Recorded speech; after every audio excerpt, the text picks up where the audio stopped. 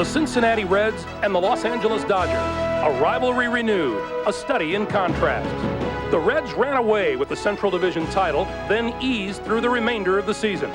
The Dodgers won the West on the second to last day of the season on Raul Mondesi's home run. The heart and soul of the Reds team are shortstop Barry Larkin, rejuvenated veteran Ron Gant, and a dangerous slugger in right fielder Reggie Sanders. The Dodgers reached the postseason on the shoulders of Mike Piazza and Eric Karros, and last year's Rookie of the Year Mondesi. Divisional rivals for years, these divisional champions now prepare to do battle. A rivalry renewed. Next.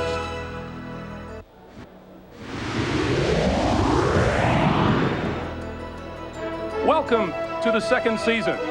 With the regular season now behind us, the postseason is about to begin. And here at Dodger Stadium, the first in the best-of-5 series between the Cincinnati Reds and the Los Angeles Dodgers.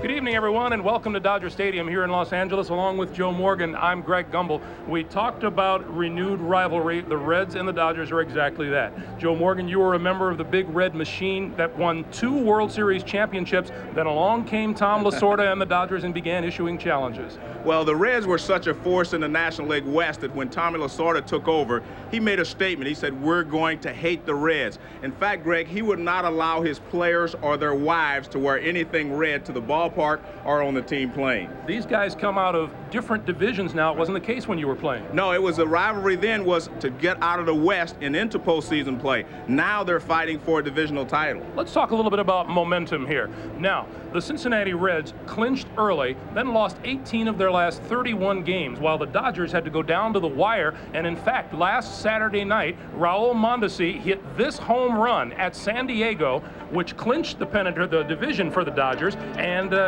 they come in on a roll. They've won 17 of their last 25 games. Who has the momentum, and is it important? Well, I think momentum is important, and no doubt that the Dodgers have some momentum. In fact, momentum will carry a long way. You're not able to turn it off and on as a team, and that's what the Reds are going to have to try to do. To which team do you give the edge in this short best-of-5 series, Joe? Well, normally I would give that to the momentum-carrying Dodgers, except the Reds have the best balance in the entire National League. And I don't think there is an edge. I think we'll know after tonight's ball game. We'll have to see how the Reds left-handers are able to handle the middle of the Dodger power, which is all right-handed. We'll also learn how the Dodger right-handed pitchers will be able to keep the Reds from running the bases. If they can't stop the Reds on the bases, the Reds could run away with it. Something to keep in mind, too. We mentioned 18 of 31. Their last 31 games, the Red lost. They have lost their last 10 on grass, and here at Dodger Stadium, that's what they'll be on. Each team going with their #1 pitcher tonight for Cincinnati. It'll be Pete Shurek, an 18-game winner. 17-game winner Ramon Martinez will go for Los Angeles. We'll have the starting lineups when we come back, but right now, let's check in with Hannah Storm.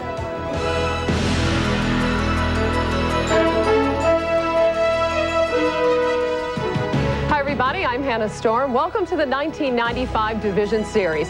After a 2-year wait, baseball celebrates its return to the postseason tonight. In the National League, the Major League's best pitcher, Greg Maddux, leads his Atlanta Braves against the Wild Card Rockies. Colorado, keyed by Dante Bichette, has belted a National League leading 200 home runs this season. In Los Angeles, the National League West champion Dodgers, led by Mike Piazza, play host to the newest edition of the Big Red Machine with their MVP candidate, shortstop Barry Larkin. In the American League, the New York Yankees play their first postseason game since 1981 as Don Mattingly makes his first ever postseason appearance. They host the Mariners, who won the American League West in yesterday's dramatic playoff, allowing Ken Griffey Jr. a chance to play on baseball's October stage. Rain in Cleveland has delayed the start of Game 1 of the Red Sox and the Indians series. We will be here throughout the night to update you on every crucial play from all 4 games. The first pitch comes your way after this from your local station. In a city that has been subject to a riveting news-breaking scenario today, we hope to offer you a pleasant alternative this Game 1 of the best-of-5 series. Here is tonight's Budweiser starting lineup for the Cincinnati Reds. Managed by Davey Johnson. Thomas Howard leads it off and plays center field. Barry Larkin at short. Ron Gant in left. Reggie Sanders in right. Hal Morris bats 5th and is playing first base. Benito Santiago behind the plate. Brett Boone at second. Jeff Branson is third, and the pitcher is left-hander Pete Shorrock. That's who will face the right-hander for the Dodgers tonight, Ramon Martinez. And Martinez has really pitched well down the stretch. He even had a no-hitter this year, July 14th. He pitched a no-hitter. He throws a fastball and a changeup. Those are his two best pitches. He also throws a slider. Dodgers were rated last in the National League defensively, but once they made the change with Fonville at shortstop and Wallach came back to play every day, they have actually played very well down the stretch. They are no longer a defensive liability anywhere out there on that ball field. Ramon Martinez's problem, when he has problems, is the base on balls. He walked 81 hitters. That's the most in the National League this season. Early in the ball game, he's up high, throws a lot of high fastballs. If he can get you to swing at him, he gets you out very easily. But that is where his problem lies sometimes, the high fastball up and out of the strike zone. Switch hitting Thomas Howard leads it off for Cincinnati. And he swings at the first pitch, lines it down the left field line. It is foul into the seats. Howard hits .313 left-handed, has hit all 3 of his home runs from the left side of the plate. Right-handed, he hits .158. This is his 58th start of the season. Reds fans probably more used to seeing Darren Lewis in center field, but Davey Johnson opts with Thomas Howard to open the series. Fastball, strike 2. And I think one of the reasons he's doing that is because Thomas Howard, you need one more left-handed bat in this lineup. The more left-handers you can get in there against Martinez, the better off you are, because he has such good stuff from the right side. Outside, a ball and 2 strikes. He will use the high fastball to set up his changeup, and that was the high fastball. 1-2 pitch is tight, and the count is even now at 2 balls and 2 strikes. Very pleasant 87 degrees at game time here in Los Angeles with clear skies. 2-2 pitch. Reaches out, fouls it down the left field line again. Early in this ball game, Greg, the pitchers will have an advantage because the light is still bright here, and there's a light on the backdrop, and then it comes into the shadow. So it's like going from the light into the dark, and that can cause the hitters a problem. The background is light, and the hitting zone is dark. Swing and a miss. And that's the high fastball. He has an excellent high fastball. This is his strikeout pitch along with his changeup. The high fastball. I mean, right up there with 2 strikes, you're not going to be able to handle that. So 1 up and 1 gone for the Reds here in the top of the first inning, and here is shortstop Barry Larkin. A .319 hitter, 15 homers, 66 runs batted in. That .319 average ranks him 6th among all National League hitters. High fastball, ball 1.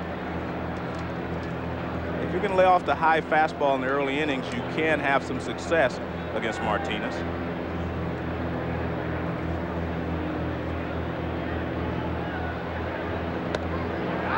That misses the outside corner. Let's talk again about the shades here. Well, you see how bright it is behind Martinez, and then the ball comes into the shadows. That's very difficult to see. It's very difficult to see the spin on the ball. That's a called strike. The ball actually comes at you just like a brown spot. You are not able to pick up the spin, the stitching on the ball to know if it's a curveball or just a fastball. 2-1 pitch. Base hit left field. So we have our first hit and our first base runner of the evening. And maybe our first test to see if the Dodgers can stop the Reds' running game. Fastball in, he didn't get it quite in as far as he wanted, but Barry Larkin rips a single to left field. He hits the ball all over. You pitch him in, he'll pull the ball, you stay away, he'll go the other way. That's why he has hit over 300 the last few years. Ron Gant to the plate, and Barry Larkin at first with 51 steals in 56 tries, and the 190 stolen bases that the Reds grabbed this season were the most in the major leagues. And this will be the telltale sign of the entire series, I believe, how the Dodgers contain the Reds' running game. If they cannot stop the Reds from running, it'll put a lot more pressure on Piazza behind the plate. They'll have to call more fastballs, and that will play right into the Reds' hands.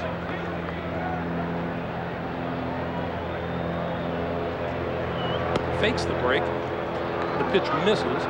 Ball 1. Well, he actually timed it perfectly. He did not go, but he timed Martinez perfectly on that particular pitch. You don't know Ron Gant's story by now. Had a terrific 93 season with Atlanta. Then in February of 94, multiple compound fracture of his right leg in a dirt bike accident.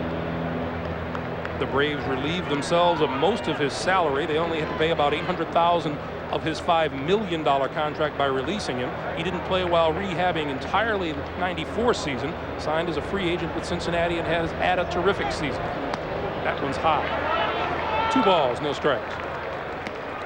I'll tell you another thing that happens when you're a base stealer and they're worried about you. It takes a lot of your concentration away from the plate. You do not always have to steal a base to help your team. He has helped to get Ron Gant into a good hitting count here. 2 balls and no strikes. Ron Gant can sit on the fastball.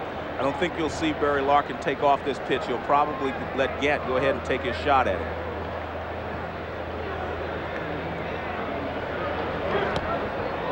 Ball 3. Well, So, go ahead, Joe. the one thing that both of these pitchers will do, Greg, is when they're behind in the count, 2 balls, no strikes. We saw Martinez not throw the fastball. We saw him come with the changeup. Pete Short will do the same thing. They try to keep the hitters off balance, keep them from sitting on one pitch. They will throw any of their pitches anytime in the count. Got the green light on the 3-0 pitch. Well, that tells you something right there. That tells you that Davey Johnson is going to be really aggressive in this series. He's turning guys loose 3-0. I think the backswing got Piazza. Yes, you can see the backswing by Ron Gant hit him on his left wrist.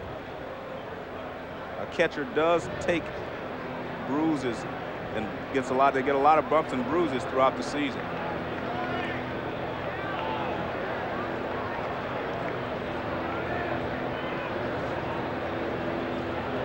One pitch. 2.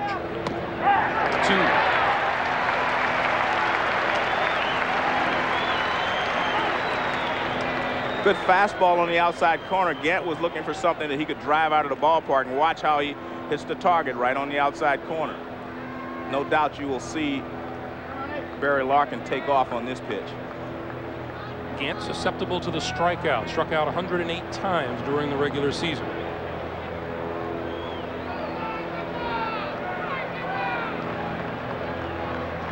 There goes Larkin. Broken bat, base hit left field. Larkin makes the turn, and he'll make it to third. The Reds with runners at first and third and 1 out.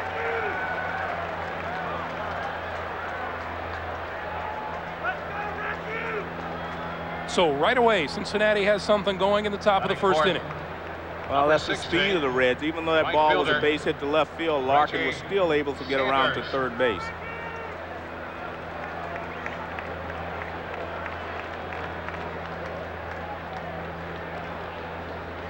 When you take off on a hit and run, you look back. You see him look back so he can find the ball. You see a lot of base runners not look back. They do not know where the ball is. He knew right away, so he just continued on around to third base.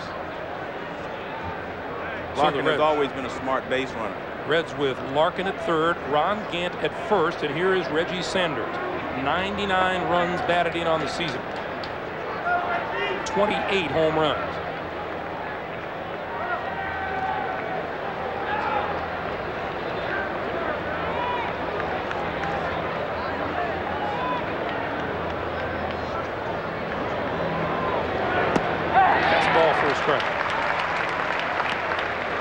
Sanders will strike out a lot more than anyone else in this lineup, per at bat.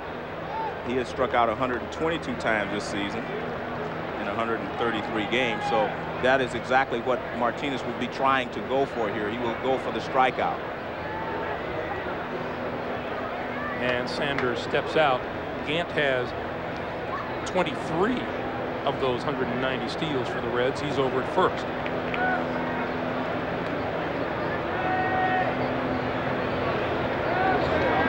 Dodgers looking for a double play ball to get them out of trouble here in the top of the first. Just missed outside. 1-1.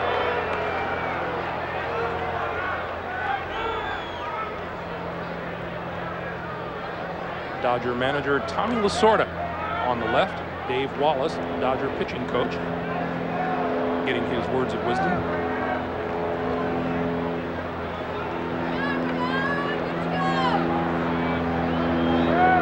A ball and a strike.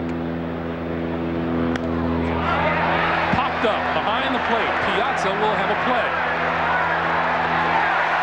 2 outs. Well, Sanders got a pitch to hit there. This pitch is up, and it's a breaking ball. It's not the fastball. He hung it up there. Sanders just did not hit it. He got underneath it. And Piazza finds it and makes the catch. Big out there. So 2 out now with runners at first and third, and here's Hal Morris. Morris hitting .279, a much better hitter on his home turf at Riverfront Stadium than he is on the road. He hits .335 at home, just a .232 hitter away from Riverfront.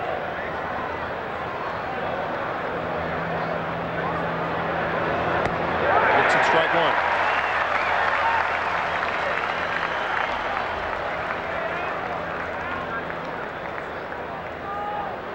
The umpires tonight, Ed Montague is behind the plate. Bob Davidson at first, Eric Gregg at second, Frank Pulley at third, Bruce Fremming down the left field line, and Gary Darling down the right field line. 1-1.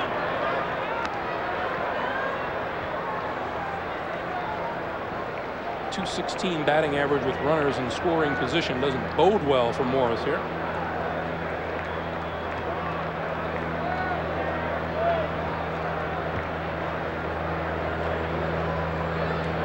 Here's the 1-1. 1-2.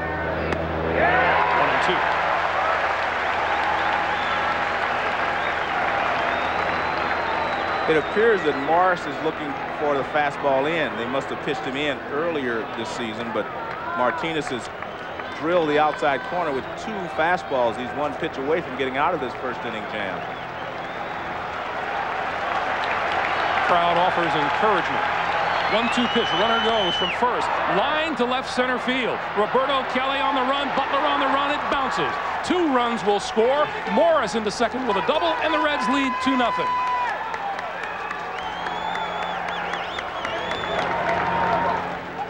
Not a good pitch by Martinez with 2 strikes.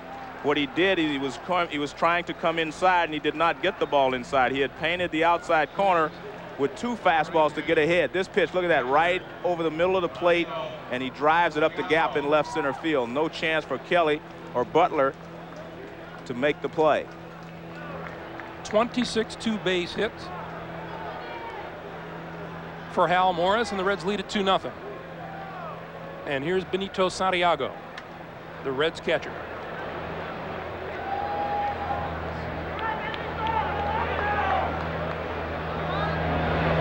Swings and misses on the first pitch. Santiago hitting .286 with 11 home runs, 44 runs batted in. And the 1987 National League Rookie of the Year when he was a member of the San Diego Padres.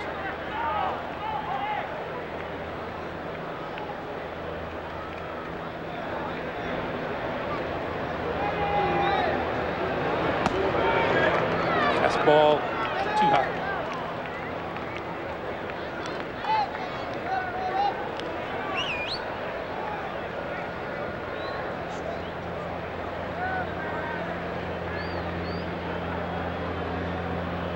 Hal Morris at second with 2 out and 2 runs in. Another fastball, and that one's outside. Speaking of fastballs, Joe, you were in Seattle yesterday for the playoff game between the Angels and the Mariners. You saw your fair share of fastballs, didn't you? I mean, Randy Johnson was on top of his game yesterday. I mean, he was overpowering, threw great. Martinez is throwing well. He's just made a couple of bad pitches. 2-1 pitch. Hit high and deep to left field. This one has a chance to go if it stays fair. Home run.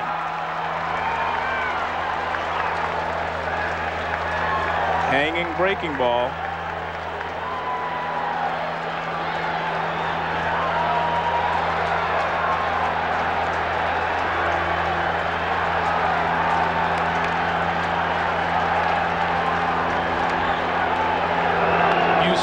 terrific numbers with runners in scoring position. Santiago delivers, and Cincinnati leads 4-0. Well, this is a hanging breaking ball from Martinez. It doesn't do very much of anything. It's off speed, and it just stays right up there. And when Santiago hits it, he knows it's gone. Kelly just gives it a casual look, but that ball was well back into the stands. Ramon Martinez gave up 19 home runs during the regular season. It was tops on the Dodger pitching staff.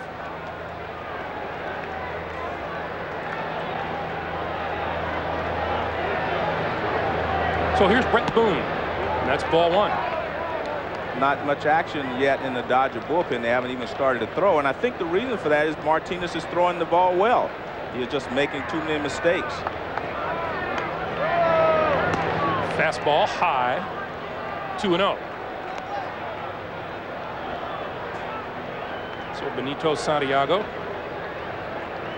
That may not seem like a lot, but for a catcher, you know, that is a good number. There's a strike, 2-1. Martinez up to 30 pitches here in the first inning already.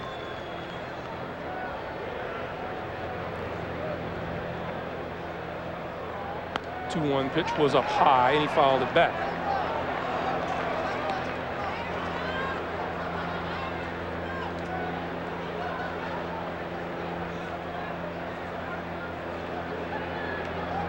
The Dodger bullpen is as quiet looking down from the blimp as it is from the broadcast booth.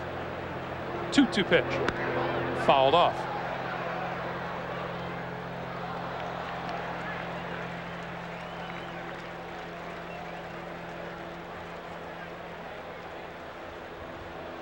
Brett Boone hit his 15th home run on the last day of the regular season at Montreal. He had gone almost 200 at bats since his last home run.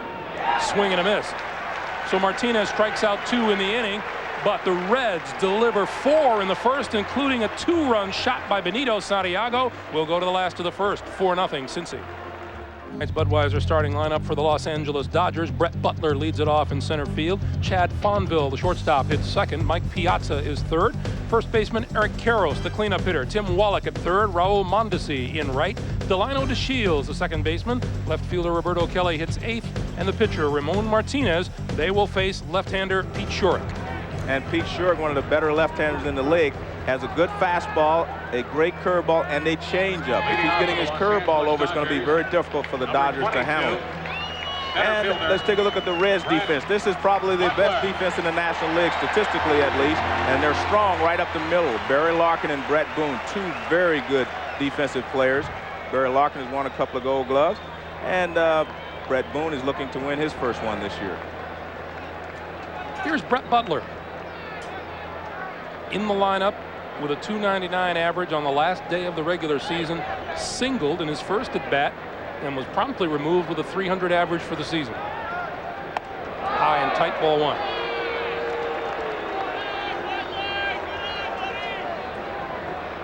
Butler's specialty, 3 base hits. He had 8 of them this season, and infield hits, 43 of them. Tried the bunt. Shurek, unlike Martinez, does not really have problems throwing strikes. He's usually in the strike zone or around the strike zone. He does not have problems early in the ball game as Martinez has had. Look at that. That's an unbelievable run there with just 2 no decisions. I mean, that means he was pitching well enough to stay in there and get all those decisions. 1-1 pitch. 1-2. Pete Shurek fares better against right-handed hitters than he does the lefties. Left-handed hitters hit .267 against him. Right-handed hitters just .222. 1-2 pitch. Breaking ball, got him looking.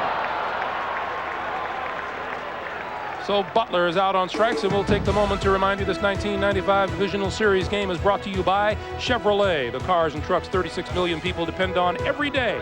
Genuine Chevrolet. By Network MCI, how to get modern communications technology working for your business. And by Beechwood Aged Budweiser, the king of beers. This Bud's for you. Chad Fonville, the Dodger shortstop, steps to the plate. switch hitter. He will hit right-handed against Shurik. He hits .278. And as a right-hander, .244. That one's inside, ball 1.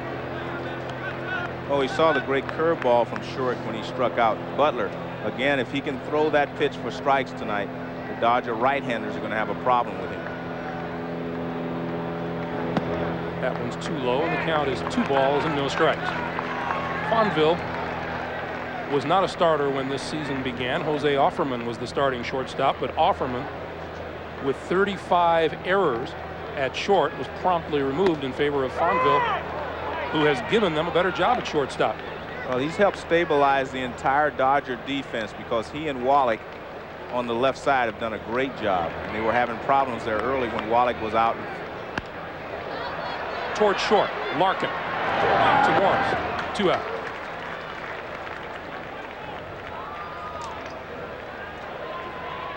Batting third.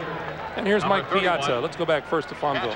Well, look at the background. It's a lot different now. It's darker out there, so it's helping the hitters a little bit more now. Fonville chops it to short. But you see how quickly Barry Larkin gets in on this ball. See where he throws it from? The edge of the grass. That means he has charged the ball, gotten to the ball, and that cuts down on these infield hits that you will see from Fonville and maybe Brett Butler. Mike Piazza steps in. That .346 batting average represents the highest ever by a Dodger catcher. What a season he has had.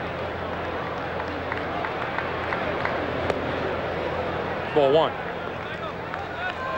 If you're a left-handed pitcher, you usually do not like to try to come inside on Piazza, but that's where you're supposed to pitch him, especially if you're right-handed. But a left-hander's ball sometimes will move back out over the plate. So I'm not sure you'll see Shurik try to pitch him inside. He doesn't throw a slider, he throws a curveball. If he threw a slider, he could also try to pitch him inside with the slider, but he does not. So he's going to have to stay away from Piazza most of the time. Hit to straightaway center field. Thomas Howard, with room, makes the catch. So the Dodgers go in order. We've played 1 at Dodger Stadium, and it's a 4-0 Cincinnati lead. The second in the view from the MetLife blimp Snoopy 2, which is under the command of Captains Lee Bradbury and Matt Elkins. Glad to have you with us, gentlemen. Joe, how fast do you think that blimp goes? 50 miles an hour? Oh, please. It's a blimp. Come on. 35 miles an hour. Oh, okay. Base hit left field. So Jeff Branson starts the top of the second inning for the Reds with a base hit. You must have been riding in some juiced up blimps in your day. So the Reds pick up right where they left off in the first inning. Pete Shurik. That's already the 5th hit of the game off Ramon Martinez. Here's Pete Shurik. Pete Shurik, a .220 hitter, and has laid down 12 sacrifice bunts this season.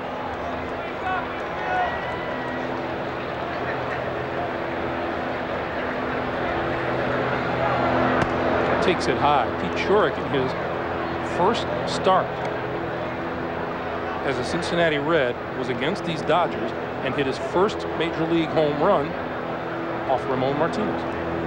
Well, he's a good hitter. He's hitting .220, and any time a starting pitcher can hit over 200, he is a good hitter. Offered and missed. 1-1. Seems to me there are a couple of $1 million ball players around batting .220 these days who aren't pitchers. Well, that's probably true.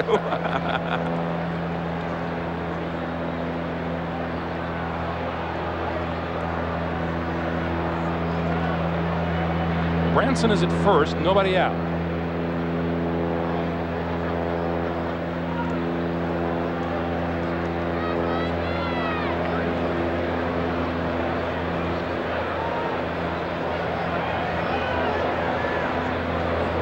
One pitch.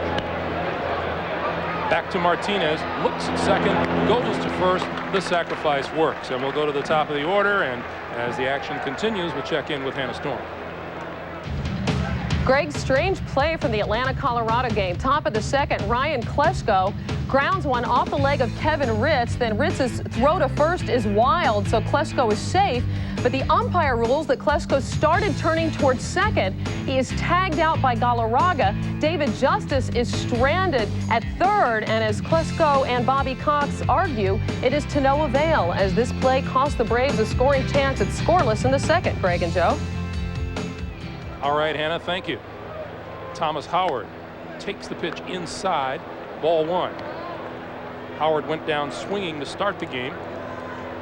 He now has a teammate at second in Jeff Branson with one out here in the top of the second inning.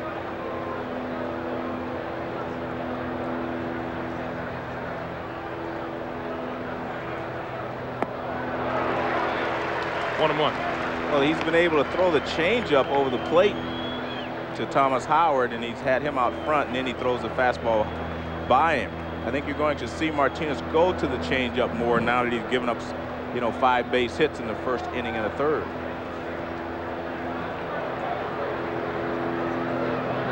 1-1. It's high and tight. 2 balls and a strike.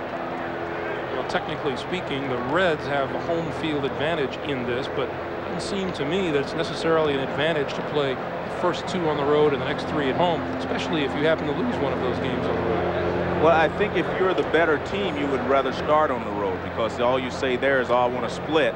And the Reds think they're the better team, so what they want to do is split here. They want to win both, of course. But if the worst they do here is a split, then they go home and figure they can win 2 out of 3 at home to win the division. So I do think it is an advantage if you are the better team. 2-2-1 would be the much more equitable way of doing it. You're right. 2 balls and a strike. Towards second to Shields. And Branson moves to third on the play. If you are not the better team, it is a disadvantage, because you could lose the first 2 on the road and go home, and the opposition would only have to win 1 out of 3 there. But when you think you're the better team, you rather start on the road in the best-of-5 series. Well, and losing those first 2 on the road entirely possible if you consider the opposition is pitching their number 1 and 2 against you. You're right. But if you're the best team, even if you lose the first 2, you're going home for 3, and you feel like you can win those 3. It's happened a couple of times. Houston won the first 2 against the Dodgers in 1981, and the Dodgers came back and beat them 3 here in Dodger Stadium. Here's Barry Larkin, who singled in the first inning. Looks at strike 1. Barry Larkin is a tough out, and especially in situations like this. I mean, he tries to get the pitcher into a position where he has to give him a pitch to hit, and when he does, he usually hits it pretty hard. A very smart hitter, smart player, smart base runner. He's just a very good player. With runners in scoring position, Barry Larkin hits close to 350 and has hit 6 home runs. 1-1. And again, that's because he knows how to set the pitcher up in this situation. He makes sure that he gets a good pitch to hit.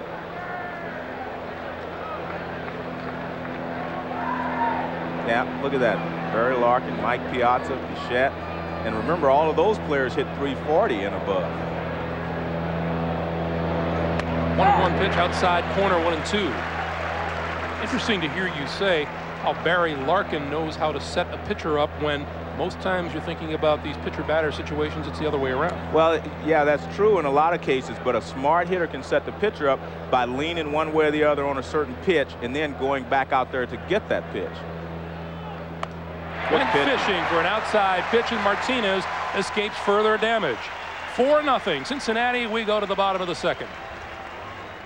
Welcome back to Dodger Stadium. The Reds with 4 in the first lead the Dodgers 4-0. Bottom of the second, it'll be Eric Karros, Tim Wallach, and Raul Mondesi to face Pete Shorrock. Look at those numbers for Eric Karros. In this, his 4th full season. The 1992 National League Rookie of the Year.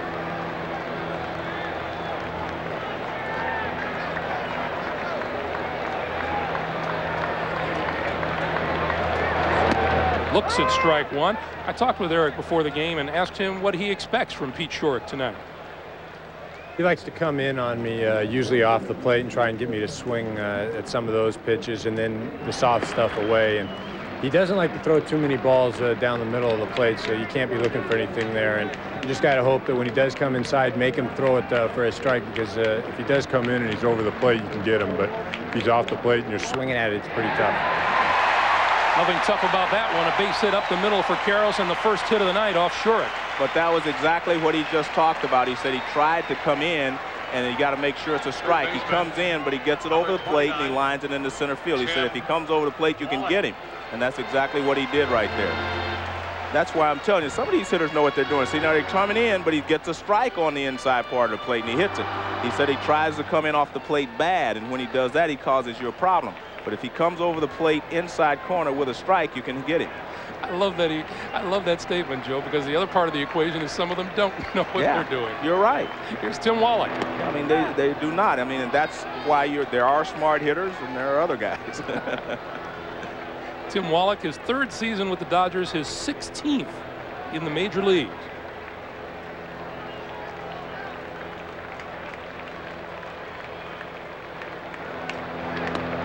Swing and a miss. Wallach favoring a left knee, which has a brace on it. Torn cartilage in that knee, and we'll have it taken care of during the offseason.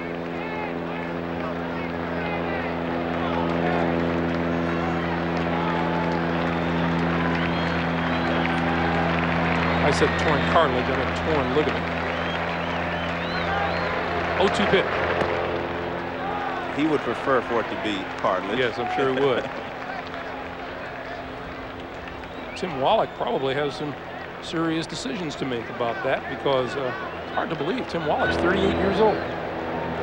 Well, that's why he said he could not shut it down. They thought he was through for the season, but he said, this may be my last year. I've got to play as long as I can.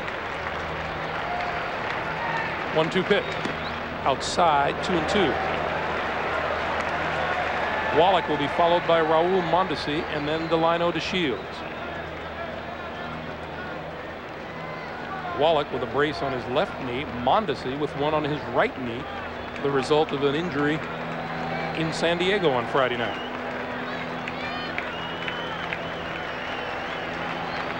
Two-two pitch. Breaking ball got him.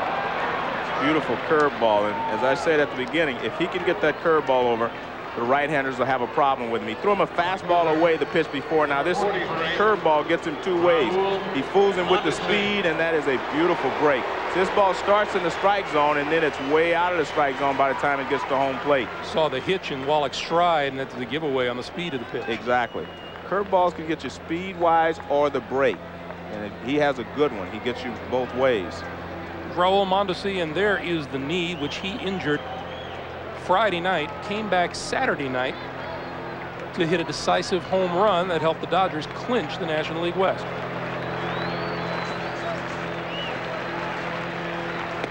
Strike one. And right now, let's check in once again with Hannah Storm. Hannah, take it away. Okay, Greg, we got a score in the Braves and Rockies game. Top of the 3rd, Marquise Grissom finds this to be a home run hitter's park.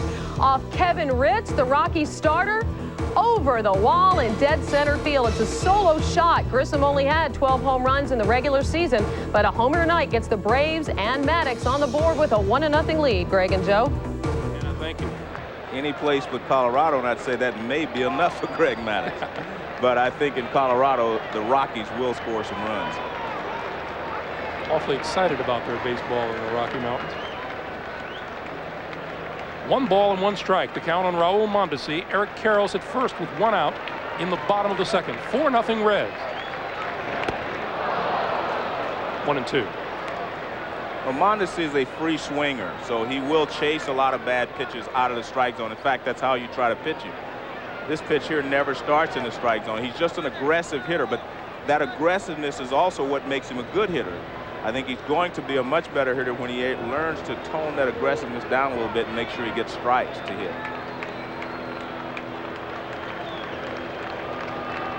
Here's the 1-2. Breaking ball, waited on it and fouled it off.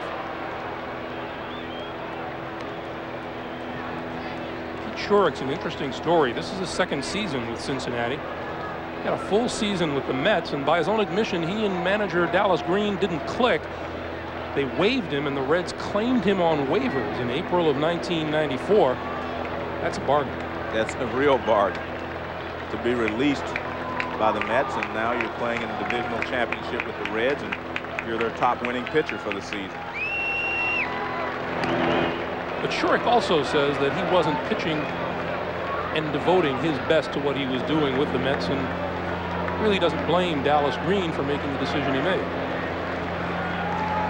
16 and 24 in 3 seasons with the Mets, 25 and 9 in the Cincinnati uniform.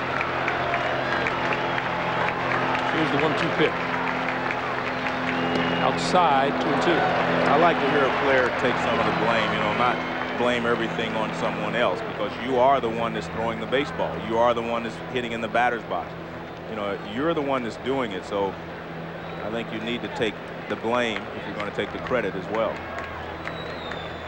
Some of the blame, anyway.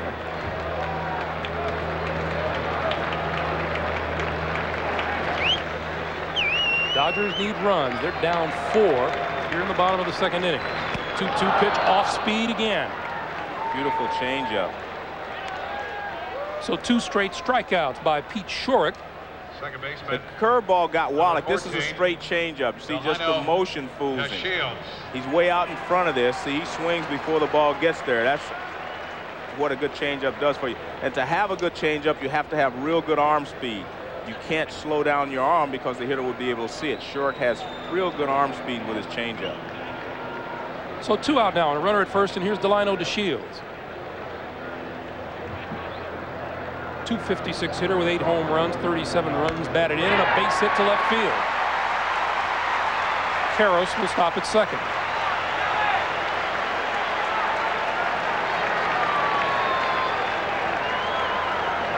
This is a good hitting here by DeShields. The ball's down and away, and he just lines it to left field for a base hit. He's going the other way all the way. Good hitting there. The skipper, Tommy Lasorda. Tommy became a grandfather for the first time today. Young granddaughter's name is Emily. We were on hand in San Diego last week when he turned 68 years of age. Here's Roberto Kelly. Very key hitter here for the Dodgers. They need to get back in this ball game. You do not have to get all 4 at once. All you need to do is get 1 here. You need to show Shurik that he is vulnerable to your attack. And there you see what he has been doing the last 15 games. He's been swinging the bat well. And he was installed in left field on a permanent basis, and the Dodgers played much better after that happened.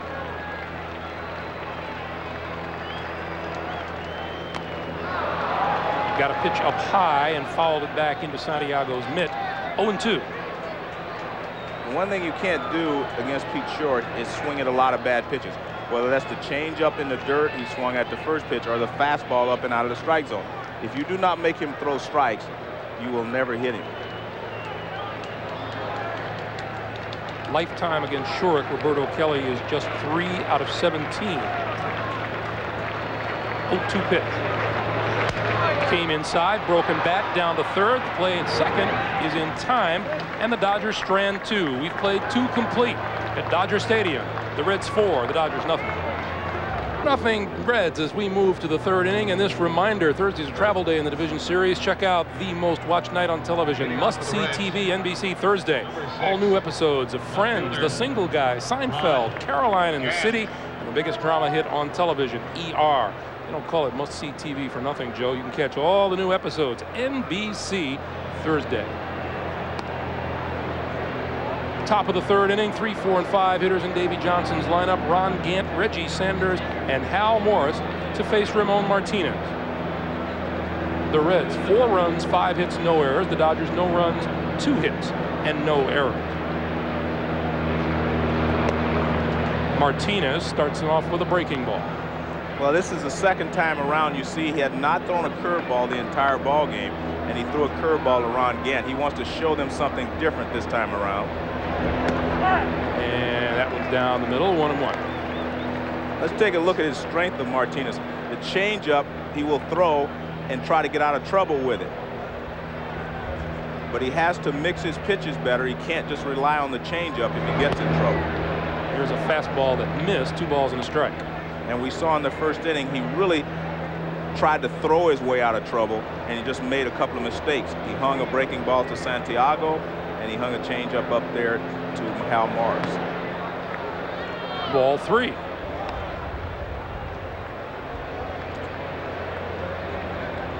Ron Gant loves to face Ramon Martinez.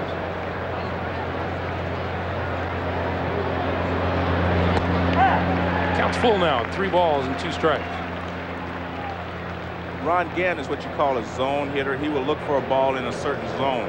Middle of the plate in, middle of the plate out, and obviously he was ahead in the count 3-1. He was looking for a ball middle of the plate in, and he got a pitch away. Reaches out, loops it into right field. Mondesi makes the catch. And you can see that Mondesi is having problems out there in right field running because of the brace on his knee. You see him hobbling a little bit. That was normally a very easy play for Mondesi, but he couldn't stop, so he had to just run right on through the ball. And you do not want to run through a line drive. There is perhaps the best throwing arm in right field in the National League, but you may have to balance that now as to his ability to even get to the ball in order to throw it. Yeah, I don't think he will be. That's a good point. Here's Reggie Sanders. Looks at ball 1 on the outside, 1-0. When you look at Reggie Sanders, Greg, you're looking at a guy that started as a prospect. They say he's going to be a great player. And each and every year he has improved, and that's what you want from a player. He's improved one part of his game each year. First he had problems defensively, now he's a good defensive outfielder. He used to not be able to handle a breaking ball, now he can handle a breaking ball. And he's always had a lot of power, and he has been an RBI man. He led the team in RBIs as well this year. So you're looking at a complete player when you look at Reggie Sanders.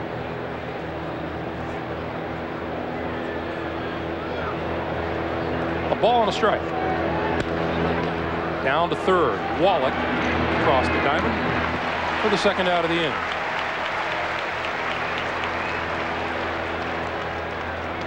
So here's Hal Morris, who came to the plate with 2 on and 2 out in the first inning, and doubled 2 runs home to get Cincinnati off to the 4-run start.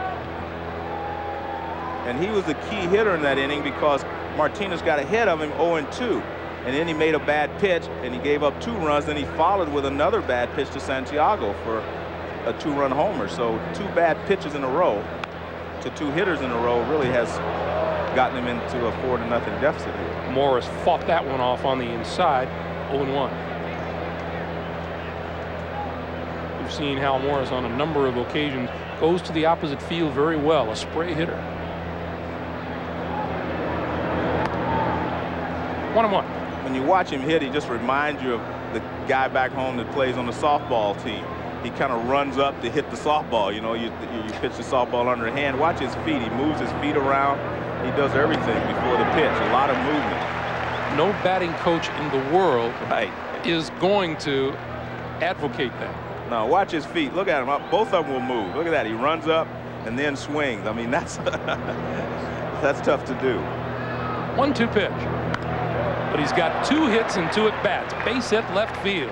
And once again, shows his ability to go the other way.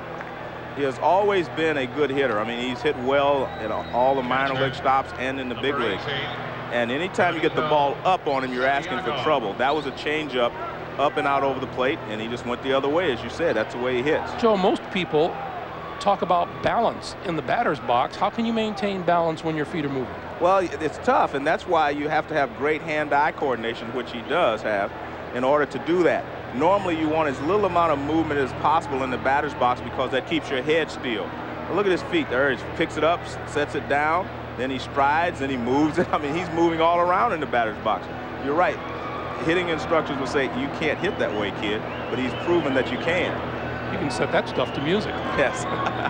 Here's Benito Santiago, who hit a 2-run homer off Martinez in the first.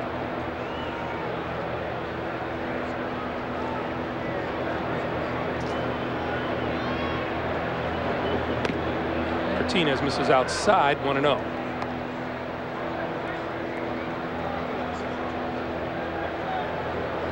At Yankee Stadium, Wade Boggs, a 2-run homer to get the Yankees started. 2-0 over Seattle in the 3rd inning.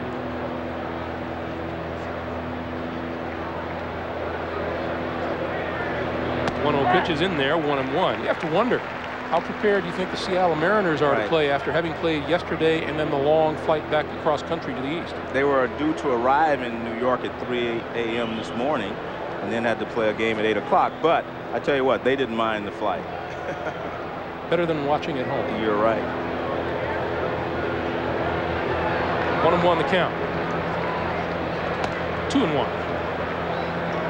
But you're right. If you have a game like they had yesterday where you had to win to get into the playoffs, there is an automatic letdown a little bit the next day. You can relax a little bit, you think, and then pick it up. But starting the 2 games in Yankee Stadium will be difficult for them. Santiago finished the season strong, hitting safely in 8 of his last 11 games, and started the day here with a 2-run homer in the first. Foul back.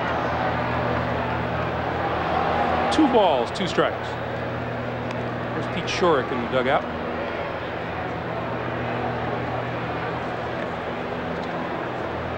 If you're the Dodgers,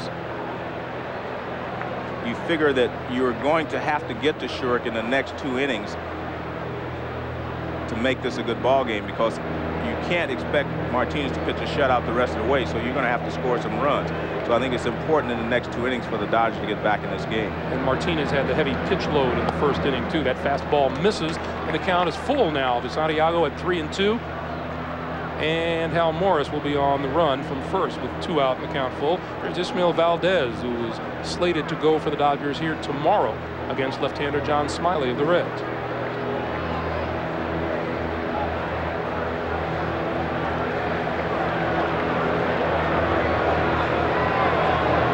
Three-two pitch. Morris goes from first off speed, and Santiago fouls it up the first base line. The one thing that I said about both of these pitchers at the beginning was that they would throw changeups at any time in the count. When they're behind in the count or when they're full in the count, they will throw a lot of changeups. And what that does, it just keeps the hitter from sitting on a fastball. Shorrock will do the same thing, but it also opens up the fastball for you away now. You've shown him a slow speed. You can come back with the fastball if you want. Again, Morris will be off with the pitch from first. That's in the dirt. Reds with runners at first and second and 2 out. And Martinez has had trouble in every inning. The 4-run first. He had a runner advance to second with 1 out in the second inning before retiring the side. Now he has 2 on and 2 out. In Cleveland, the rain has stopped. The Indians and the Red Sox have gone to the top of the second. Scoreless. I thought the Indians started every day with a 2-0 lead or something. I thought they'd automatically scored. That is just a power-packed lineup from top to bottom. Here's Brett Boone. Ended the first inning on a swinging 3rd strike. Boone is like Mondesi. He is a free swinger, and he does not get cheated. He swings hard every pitch.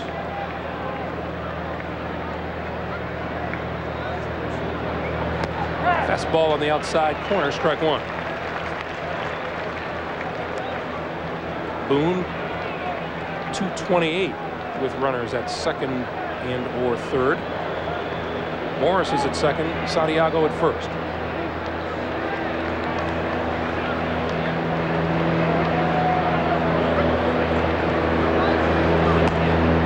Fastball is high, 1-1. Martinez throwing an awful lot of pitches, Jim.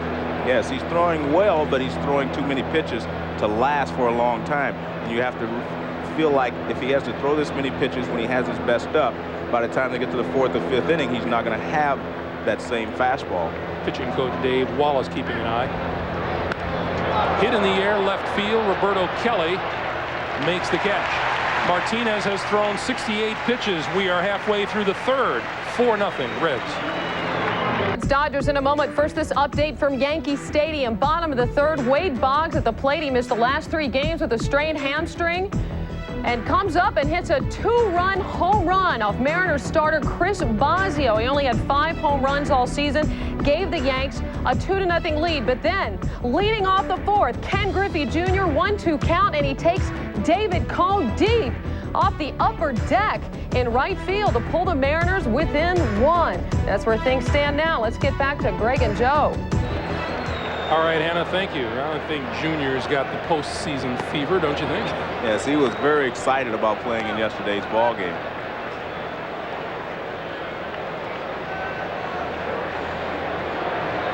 Reds 4, Dodgers nothing. Bottom of the 3rd inning, Ramon Martinez leading it off for Los Angeles. 1-2 pitch toward 3rd. Across the diamond. Branson to Morris for out number 1. See, that's the defense that the Reds have that a lot of other teams do not have. They make all the plays. And see, this is not an easy play. He has to back up, backhand it, and then throw across the diamond. I mean, the point was he made a nice catch of the ball. A lot of times that ball will bounce off the fielder's glove, go down the left field line. The Reds are a good defensive ball club. To the top of the Dodger order now, and Brett Butler, who looked at a called 3rd strike his first time up.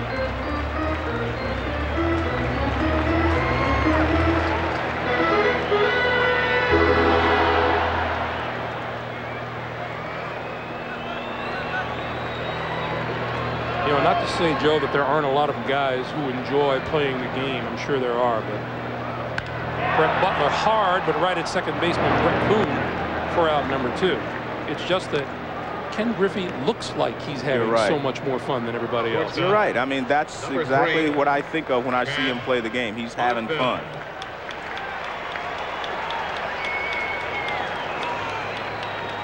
Two up and 2 gone in the last of the 3rd inning, and here's Chad Fonville, the Dodger shortstop.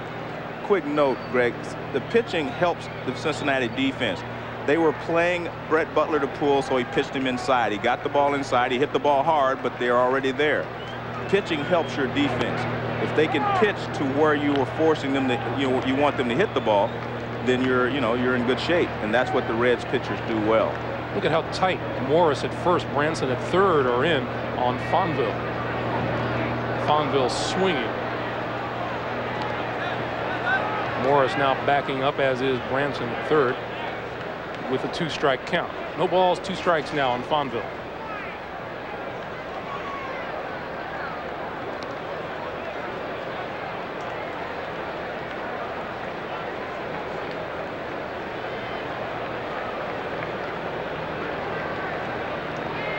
Early start time for the Dodger fans here.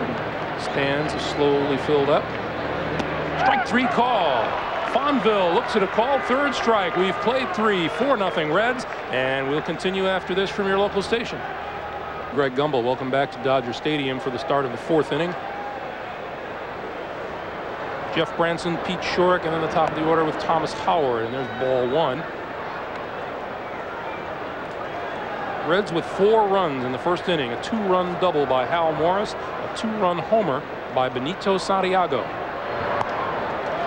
And again, Martinez beginning to fall behind hitters, 2-0. If I remember correctly, that's already 70 pitches for him tonight, Joe. And that means the Dodgers will have to deal with what has been a suspect bullpen from time to time. Foul down the left field line makes the count 2 balls, 1 strike. Well, you're right. They are going to have to get into that bullpen. Even if he holds them for a couple of more innings, he's not going to be able to go through 8 or 7 innings like they wanted him to do at the beginning. I don't think he's going to throw more than 115 or 20 pitches. 2-1 pitch. Pop foul. Piazza with a play.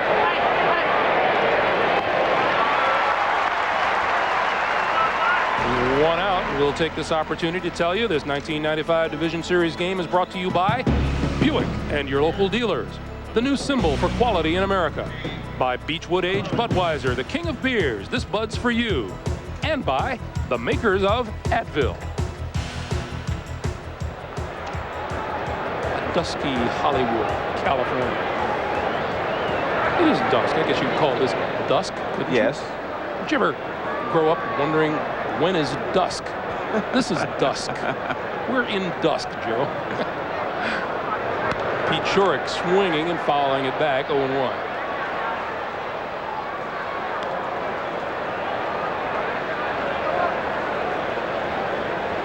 If you ever wanted to get thoughtful at dusk, now is the time. Shurik sacrificed a runner along back in the second inning.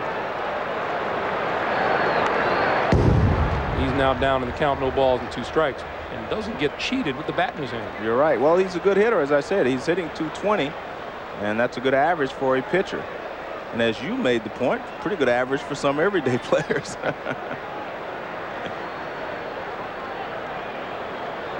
Yankees with a 2-1 lead on the Mariners. Hit hard to right field. Mondesi on the way back to the warning track and pulls it in.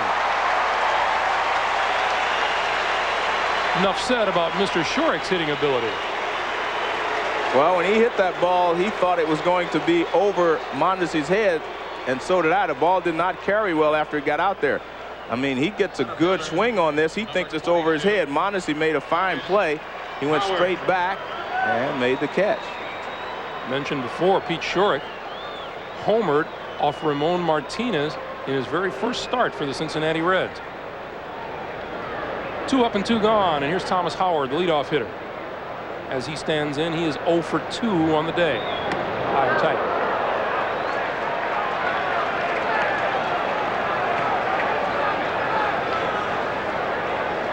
This fastball, they were trying to hit the inside corner. You see the target by Piazza, but it's way inside, and Howard was stepping in and had to bail out very quickly.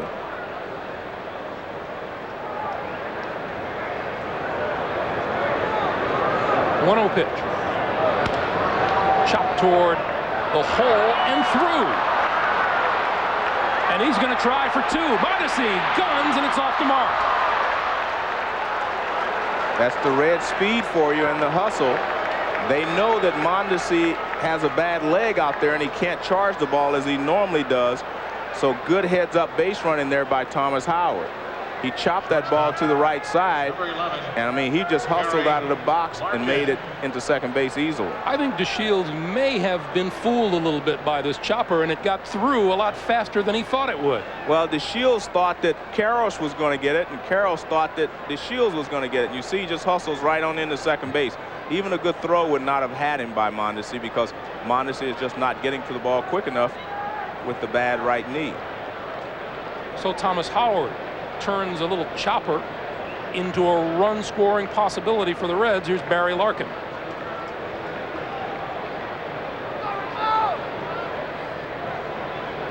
And the Red speed will keep pressure on the defense. Ball 1.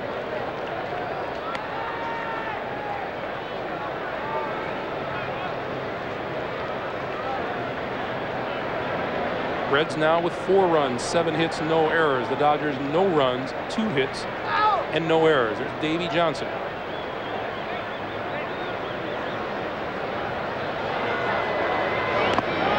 Pitch is fouled. Davey Johnson, by all accounts, including his own, will not be back to manage the Cincinnati Reds next season.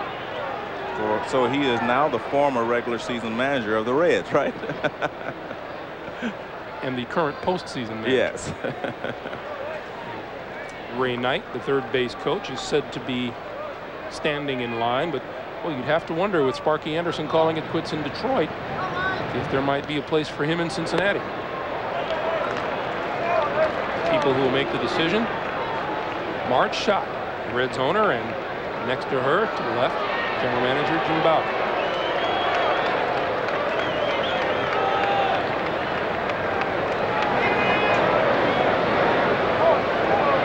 Two balls, 1 strike. With 2 out and a runner at second for the Reds here in the top of the 4th inning. Ball 3. Well, he's trying to be very careful to Barry Larkin, because he was able to get Larkin to chase a bad pitch last time up. He figures that's not going to happen again, so he's trying to make good pitches.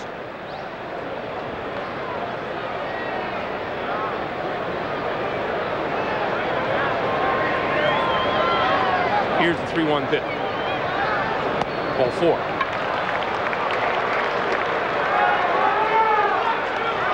This has not been Ramon Martinez's best effort, and here comes pitching coach Dave Wallace.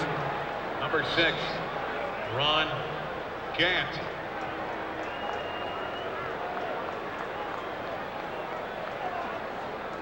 Well, the Dodger bullpen is still inactive, and Wallace talking to Martinez. He's up to 82 pitches, but the Dodgers still must see something that they like in the way Martinez is throwing the ball, Joe. Well, again, he hasn't quit out there. He's still throwing the ball hard. His location is his biggest problem. He is not able to get ahead of the hitters and then get them to chase the high fastball. He is just falling behind too many hitters. And I'm sure in his own mind he figures I have a better chance of getting Ron Gant out if I make good pitches than I do Barry Larkin. So I think that's what he's figuring, but he has fallen behind Gant each time and then had to give him a pitch to hit. So we'll see if he can get ahead of Gant in this at bat. So here's Gant with 2 on and 2 out here in the top of the 4th inning. Ball 1. And as we continue here in Dodger Stadium, let's check back with Hannah Storm. Hannah. Greg, at Coors Field, tied at 1, bottom of the 4th. One of the Blake Street Bombers, Vinny Castilla, with a 2-run home run off Atlanta starter Greg Maddux. One of Maddox's 2 losses this year came to the Colorado Rockies. And remember, Castilla taken from the Braves in the expansion draft, Greg. All right, Hannah, thank you. I mean, even Greg Maddux can't shut him out in Coors Field. As good as he is. Well, you know what? He won't do it with pitches up that high. No, you're right. 2 balls, no strikes. The count to Ron Gant. Martinez continues to struggle, and now a little activity in the Dodger bullpen.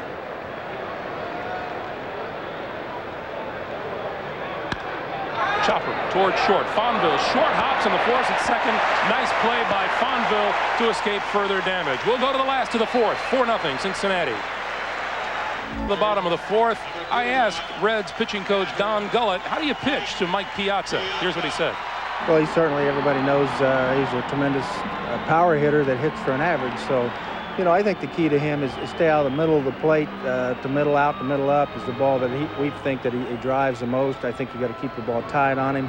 Hopefully you get ahead, make him conscious of the ball inside, and then if you get ahead of him, then you make him offer at some bad pitches down, whether they're breaking balls or change-ups or even fastballs off the plate. You just got to stay out of the middle of the plate, because if you get that ball up and out over the plate, he's going to hit a long way. And Pete Shorrock starts him off with 1 off the plate that Piazza offered at and missed 0-1. Well, he pitched exactly as Gullett said. They went inside the first time up and got him out, so they made him conscious of that. Then they went back outside. Pop foul. This one will reach the seats 0-2. And Don Gullett, well, you know Don Gullett well, Joe, but what an athlete he was in high school at McKell High School in South Shore, Kentucky. He pitched a perfect game and struck out 20 of the 21 hitters that he faced. He once scored 72 points in a football game, 47 points in a basketball game. That's your typical athlete, right? It's typical. Yeah. Don Gullett pitched in 6 league championship series and 5 World Series. Off speed, 1-2.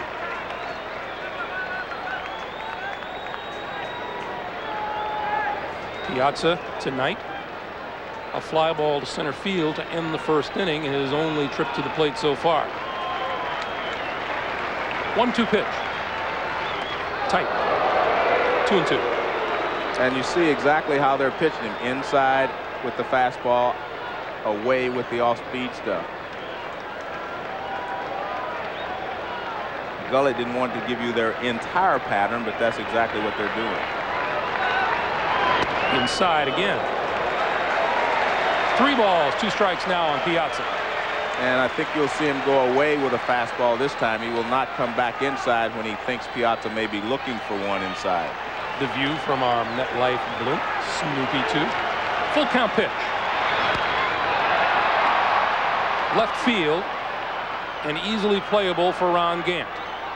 That was a beautiful pitch. That was a changeup away. He was going outside again, and he got it away. And watch the target that Santiago gives. Outside. See out there he wants it. There it is. Changeup outside, and Piazza's out in front of it. Can't handle it. Just beautiful pitch after coming inside with a fastball to keep you honest. Goes back with a changeup. Very difficult to handle that.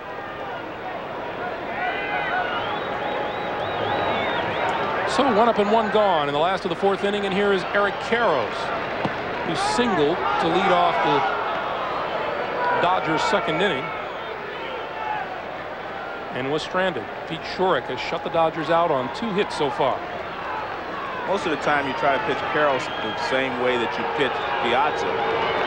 By staying away with the off-speed stuff, you come inside, you come in hard with a fastball. They're very similar type hitters. Piazza a little better hitter in that he handles the ball away from him a little better than Karros does. Karros likes the ball really pretty much middle of the plate in. 1-1 pitch. Low. Joe, when you hear about studying pitchers, and you used to do this, this is what a ball player sits on the bench and talks about with another guy. You're exactly right. I learned so much about how to read pitchers from Johnny Bench, who was a catcher, and we'd sit next to each other in the dugout, and he'd point out things to me, how he's gripping the ball, how he'd do certain things. And over the years, I just learned to be able to read pitchers. Check swing, and the looper towards second for out number 2. Johnny Bench could sit on the bench and watch. That's a pun there, huh? He could sit there and watch the pitcher, and he could tell you just about every pitch he was throwing just by watching his grip or the way he started his windup. And that comes from being a catcher, seeing so many pitchers start from different motions, and he could tell you just about what that pitch was and where it was going to be. Here's Tim Wallach, who went down swinging in his only trip to the plate so far. Shurik starts him off with a breaking ball that misses low, ball 1. It's interesting the way that Santiago is working Shurik. When he wants the ball away, he really pushes away, makes sure he doesn't get it in. As you see, another great catcher. Former Dodger catcher, John Roseborough. I tell you what, he could outsmart you. You better not be at the plate trying to think along with him. 2-0 pitch. Inside, ball 3. Shurik has yet to walk a batter tonight. He has 4 strikeouts. I read an article where John Roseborough was going to go to work for the National League office, helping to evaluate umpires. He can do that. He knows umpires well. 3-0 pitch. 3-1.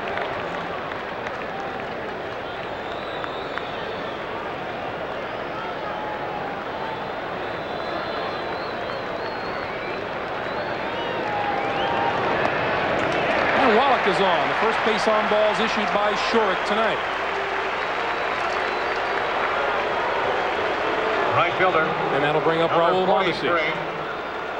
Truthfully, Greg, I get the feeling that if anybody's going to be able to get the Dodgers back in this ball game, it's going to be Mondesi. For some reason, I feel like he's the guy that's most dangerous to Shurik because he is aggressive, because Shurik doesn't have a real pattern with Mondesi. He knows exactly what he wants to do with Piazza. He knows exactly what he wants to do with Karros. But because Mondesi is a free swinger, there's not any set way to pitch him.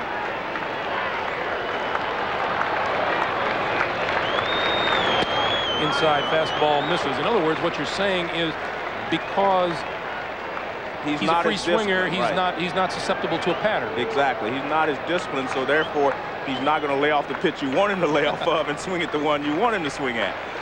You can do that with Piazza and Karros. They will swing at the pitches that you think you can get them out with. Swing and a miss. 1-1. Good pitch. Mondesi, lifetime, is 3 for 14 against Pete Shurik. But that's the kind of hitter he is. Like I say, he's so aggressive that, I mean, you make any mistake, and it doesn't really always have to be a mistake. If you get a ball where he can reach it sometimes, he's strong enough to drive it out in any part of the ballpark. You saw Mondesi's numbers with 2 out and runners on. Inside, 2-1.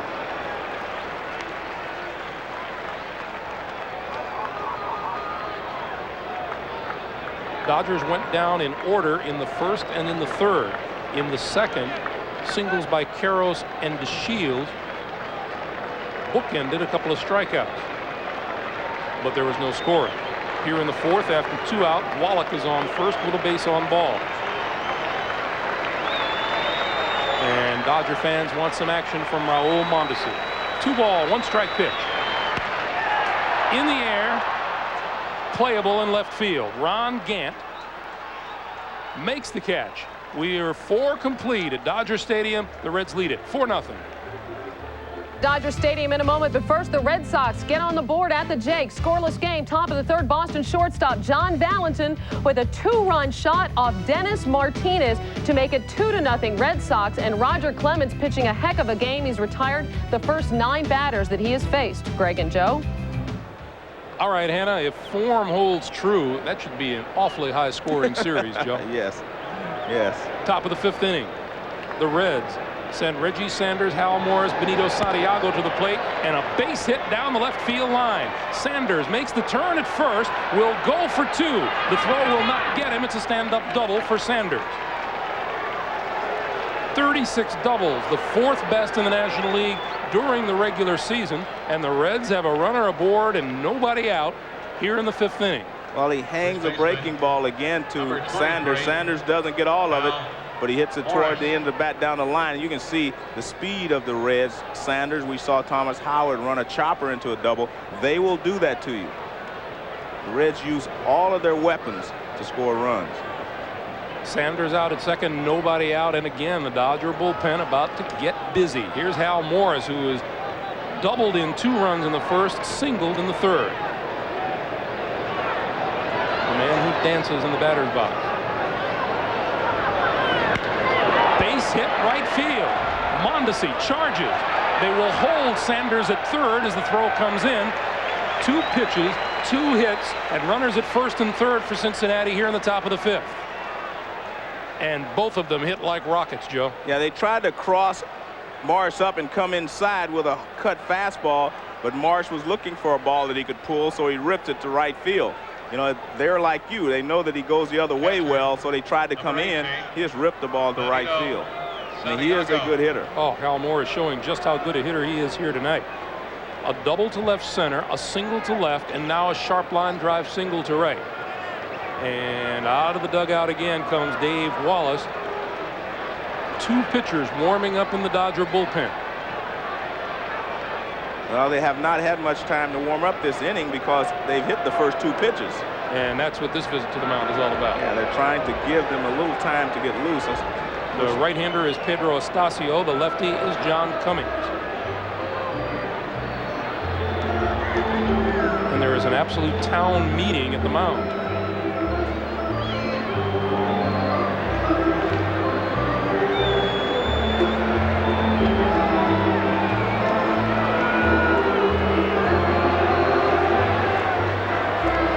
Denver, the Rockies lead the Braves 3-2 in the 6th inning.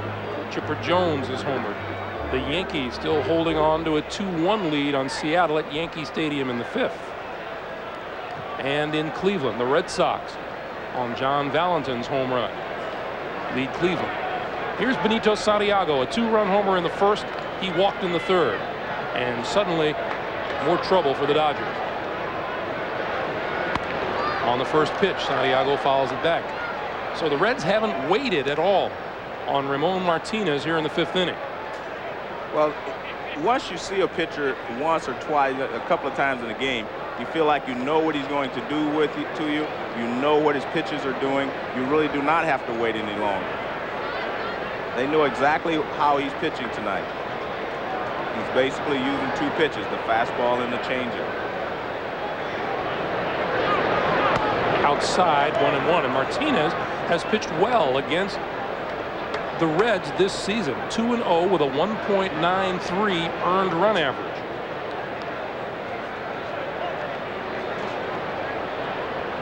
It's been blown away in this game.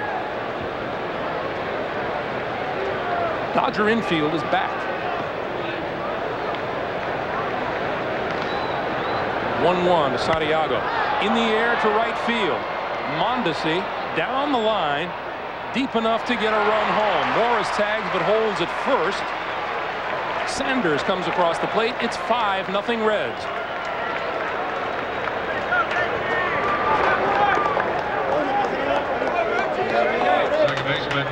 Maybe the Reds were right. They can turn it off and turn it on. I mean, they have 9 base hits already in this ball game. 3 RBIs tonight for Benito Santiago. Here's Brett Boone.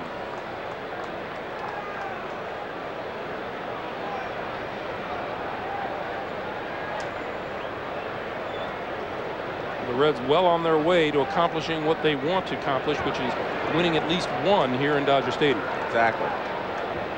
Boone is 0 for 2 and has closed out the inning each time he's been to the plate tonight.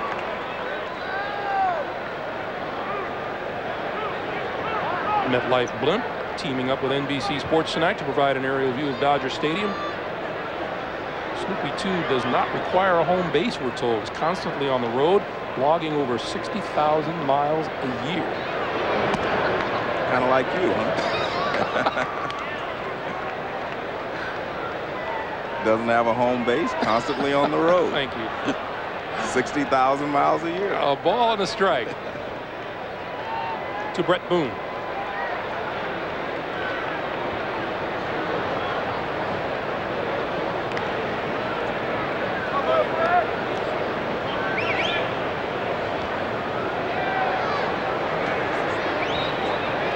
Pedro Martinez, we are in the top of the 5th inning, and has thrown an awful lot of pitches tonight, 92 to be exact. Line drive, fair ball down the third base line. Morris makes the turn. He'll move to third. Boone on his way to second with a double, and the runners will hold at second and third. And they have hit some shots off Ramon Martinez here in the 5th inning. Well, he had been able to stay away from Boone the entire ball game. He finally gets one middle of the plate in, and Boone, as I said, never gets cheated. Dave Wallace out of the Dodger dugout. We'll tell you about the new pitcher when we come back to Dodger Stadium in just a moment. Moment first at Coors Field. The Rockies' Kevin Ritz working with a 3-1 lead, top of the 6th. That's Rookie of the Year candidate Chipper Jones of the Atlanta Braves with a solo shot. His 5th home run against the Rockies this season brings the Braves within 1. They now have 2 on and 1 out, and they have chased Ritz from the ballgame. Back to Greg and Joe. All right, Hannah, thank you. Tom Lasorda looks on as John Cummings makes an appearance from the Dodger bullpen. 35 games for the Dodgers in the regular season. He was 3-1 with a 3.00 earned run average. He'll face Jeff Branson and then Pete Shurek. Reggie Sanders doubled to lead off this 5th inning. Hal Morris singled in the 3rd. Benito Santiago lifted a sacrifice fly to right field for a run. Brett Boone doubled. And there's a called strike.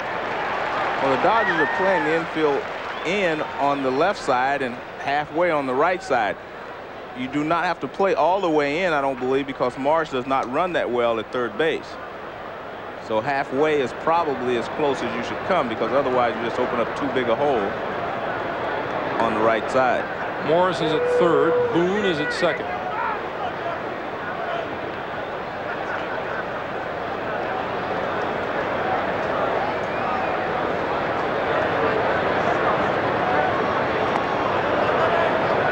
One and one.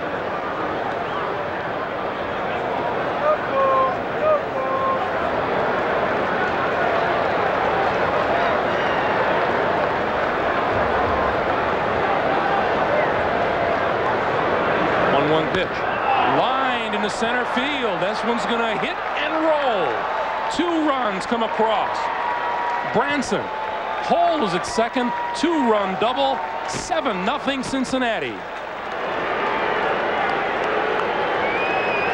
And the Reds are just doubling them to death. And you're right, they have hit some bullets this inning. I mean, not one of the balls this inning are just normal line drives. These are all ripped in the gap. They were planning around to left center field. The ball's almost straightaway center field, but since they were shading him so far to the left, no chance to even cut it off by Butler. And once they get it back in, he has a double and 2 more runs for the Reds. 11th hit of the night for the Reds, and you're right, Joe, 5 of them have been 2 base hits. Here's the pitcher, Pete Shurek. And he attacks the first pitch. He is not going to get cheated. Well, remember, he hit a shot off of Martinez, which was caught by Mondesi at the warning track in the 4th inning.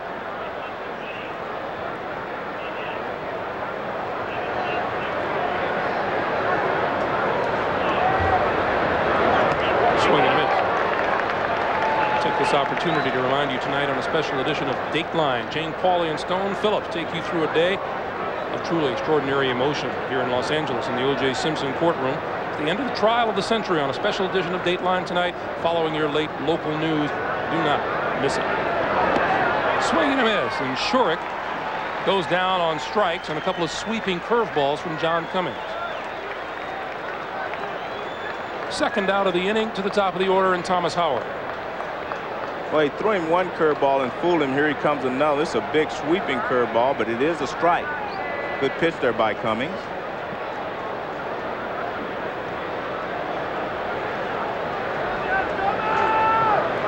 Is it true, Joe, that Your attention, please.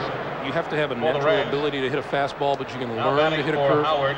Well, that's a matter of 19, philosophy. The curveball is Jerome slower, so therefore it Walton. means that you have time to catch up with it.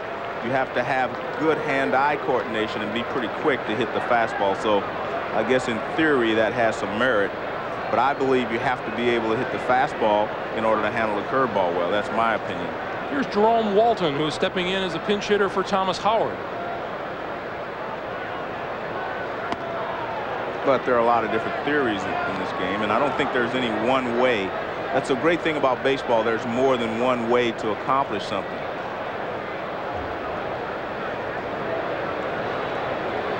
Thomas Howard was 1 for 3 tonight. Walton, a .290 hitter, fouls it off. 8 home runs, 22 runs batted in. The 1989 Rookie of the Year. We got a lot of former Rookies of the Year in this game tonight. Mentioned Benito Santiago with the Padres back in '87, and Mondesi, Karros, and Piazza for the Dodgers. And maybe Nomo. Maybe. Hideo Nomo scheduled to pitch Game 3 against the Reds in Cincinnati on Friday. 1-1 pitch. High, 2 balls and a strike. As we continue here, let's check in with Hannah Storm. Hannah. Greg, Braves have tied it up. Steve Reed on to relief for the Rockies. Braves on first and third. Pinch hitter Luis Polonia, the grounder to third. The Rockies get the force at second, but Polonia beats the throw to first. He's saved. Justice comes in to score. It is now a 3-3 ball game in the 6th. Back to you, Greg and Joe. Thanks, Hannah. The count on Jerome Walton is 2 balls and 2 strikes. And there is Hideo Nomo on the far right. The only ball player I've ever seen with his own press entourage. 2-2 pitch. Right center field, Mondesi for the 3rd out of the inning. The Reds inflict more damage. We go to the last of the 5th, 7-0 Cincinnati. Not a bad view of downtown Los Angeles. And Joe, if you were curious, the sun is going down. It's not coming up. Okay. That's just a reminder. Program note. Bottom of the 5th inning. Jerome Walton hit for Thomas Howard and has replaced him in center field. And the Dodgers will send Delino DeShields, Roberto Kelly, and we presume a pinch hitter for pitcher John Cummings. Pete Shurik cruising along with a 2-hit shutout here in the bottom of the 5th. Outside corner, 0-2.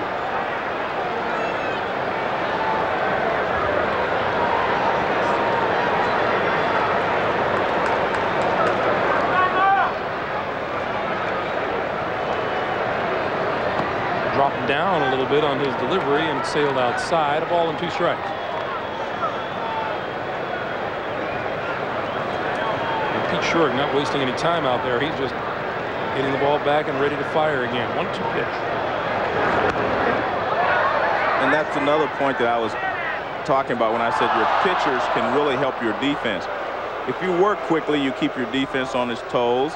And also if you pitch to the spots where they've talked about in the meetings, you're going to have a guy standing in that position where they hit the ball. That's what's interesting about scouting reports and pitching to those scouting reports. A lot of teams, everyone takes scouting reports, but sometimes their pitchers can't pitch according to that scouting report and get the ball exactly where they would like. Breaking ball stays high. 2 balls and 2 strikes. What aspects of the scouting reports interested you? Tendencies for the hitters? Yes. tendencies about where they would hit the fastball and where they hit the breaking ball. 2-2 to DeShields. Base hit. DeShields is 2 for 2 tonight and has 2 of the 3 Dodger hits.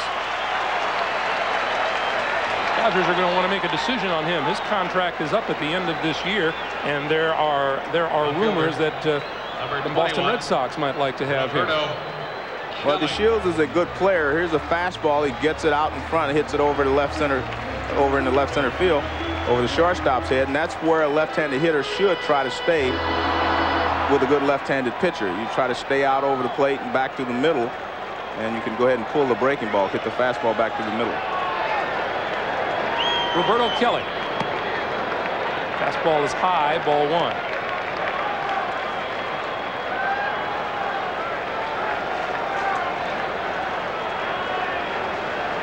One on, nobody out. The Dodger crowd beginning to make a little noise.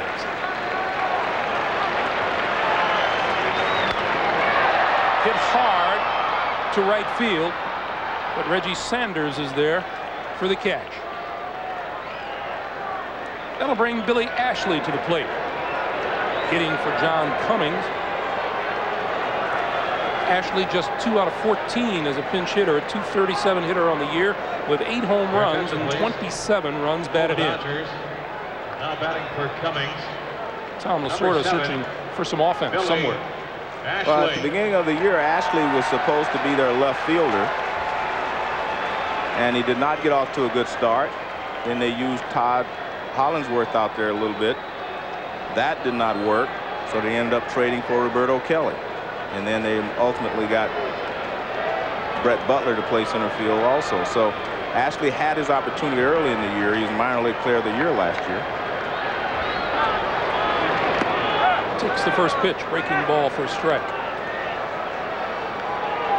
Mariners still trail the Yankees by 1. Boston still with a 2-run lead for Roger Clemens. The Braves and the Rockies tied up in the 6th inning. 0-2. Shurik has done a terrific job of changing speeds tonight.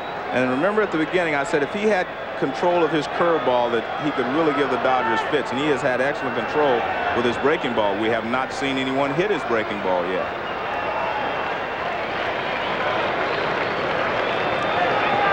Oh-2 pitch. That one stays outside, a ball and 2 strikes. One of the problems that Ashley had this year is, he has a big, long swing, and he is really not disciplined yet enough to lay off certain pitches. He has a lot of holes in his swings. They can go upstairs with the fastball, downstairs with the breaking ball. You give them too many options, you're not going to be able to hit well in the big leagues. Holes up on his swing, pitch in the dirt. The count is now even. 2 balls and 2 strikes.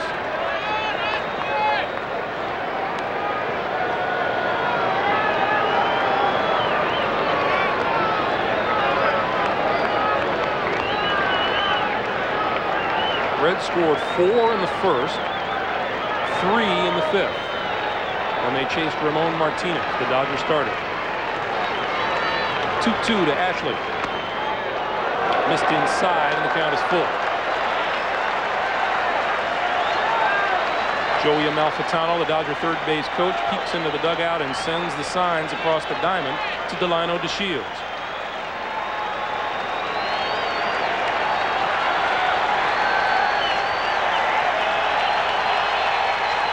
As he checks the runner at first, let's go to Hannah Storm.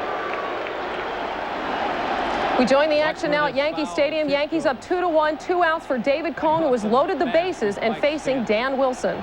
Gary Thorne and Tommy Hutton with the call. Yankee Stadium rocking. The Yankees lead 2-1. Strike 2.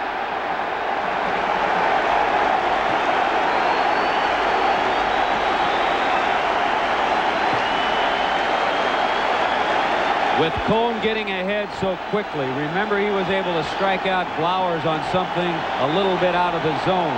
The only way Dan Wilson is going to see a pitch in the strike zone the next couple pitches is if Cone makes a mistake. 2 down, 0-2 count.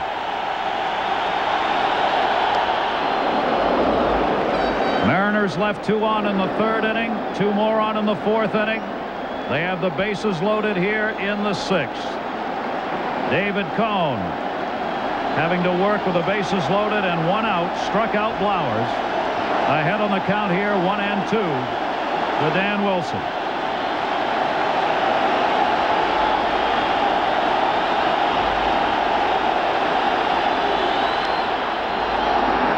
That'll be out of play. One of the few times in the last 2 hitters between Blowers and Wilson that Cone has gone inside. The last minute you saw Stanley setting up inside for a fastball.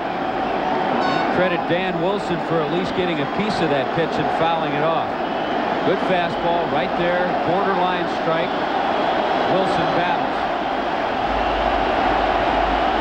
He lined out hard to Wade Boggs his last time up and was denied an RBI. He's behind on the count here, 1-2. 31st pitch of the inning for Cone. Bases loaded. 1-2.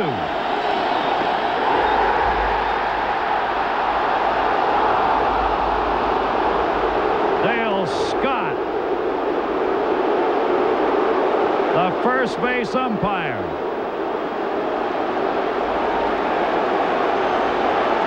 Said he didn't go. We've seen a lot of the close calls tonight, the check swings not being called strikes. Sometimes you see him go the other way. 2 down, 2 balls, 2 strikes.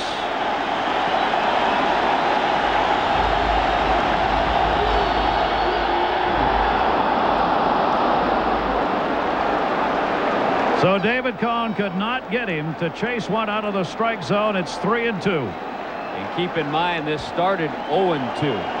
We talked about Cone trying to get him to chase something. It's been a great at-bat for Dan Wilson. Does Cone still go a little bit away with bases loaded? Take that chance? We're going to find out right here. 3-2, 2 down. Runners go. He walked in a run, and this game is tied. A tremendous at-bat for Dan Wilson, who worked that count full and laid off the pitch, and it's 2-2. And so David Cone walks in the tying run at Yankee Stadium. Let's get back to Los Angeles. Greg Gumbel and Joe Morgan, the Reds lead 7-1. All right, Hannah, while that was happening, Brett Butler with the base hit and the RBI up the middle. And here it is. Well, it's a breaking ball. He struck him out with a curveball his first time up. Butler just slices it back up to the middle for a base hit. And the Dodgers are on the board. So the Dodger fans with something to get excited about. Runners now at first and second and 1 out. And here's Chad Fonville.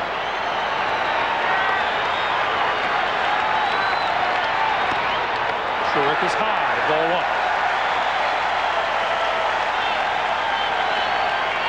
1. Delino DeShields started this inning with a base hit to left field. After Roberto Kelly flied to right, Billy Ashley, pinch hitting for Cummings, drew a walk. Butler singled a run home. Outside corner, 1-1. Ashley is now on second. Butler is at first and 1 out. There you see the runners. Fonville would like to keep things going for Piazza, Karros, Wallach, and Mondesi to follow.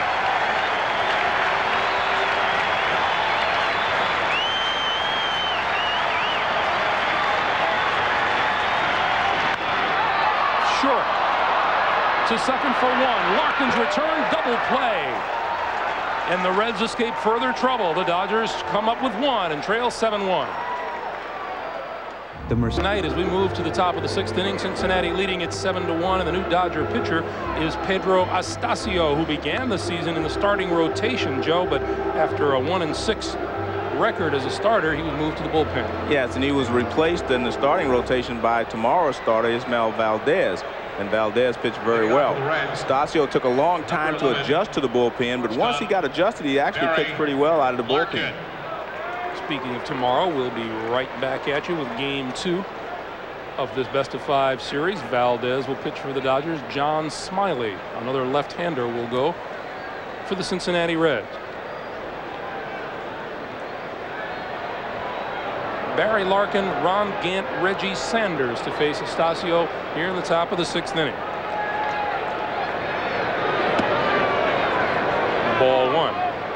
Well, here's Gullick and Short talking. Gullick's the pitching coach, and Gullick is telling him you were dropping down a little bit instead of getting back up on top.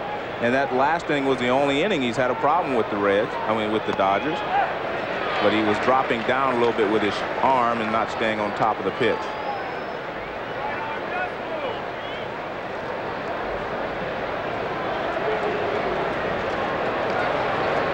Barry Larkin with a single in the first, a strikeout in the second, and a base on balls in the fourth. 1 ball, 2 strikes.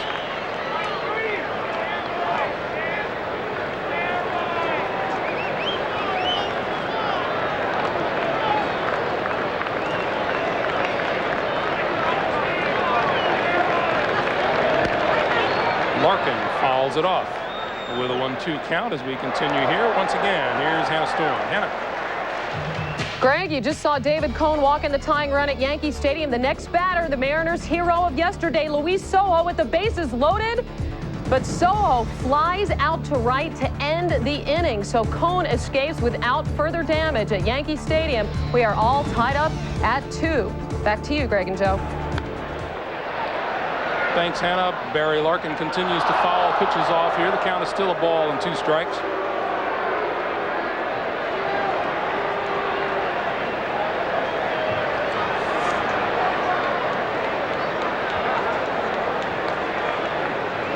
The Reds, 7 runs, 11 hits, no errors. The Dodgers, 1 run, 4 hits, and no errors. Estacio, the 3rd Dodger pitcher of the night. And again, Larkin fouls it off. That went in on his fists. Well, Estacio has made some good pitches here to Larkin. You can't get the ball inside half of the plate. You've got to get it on the inside corner or off the inside corner, and he's been able to nail the inside corner with a couple of pitches here. And he's been able to tie Larkin up a little bit.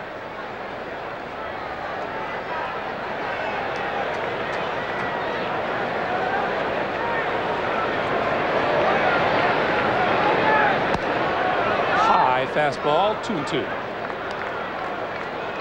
Estacio has a curveball, a changeup, and of course a fastball.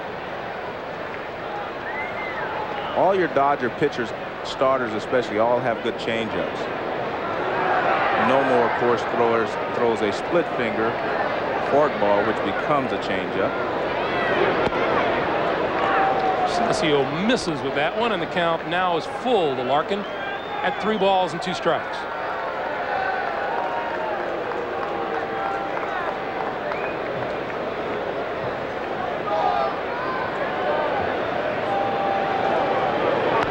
Larkin right back to Estacio. 1 down. Another good pitch. That'll bring up Ron Gant.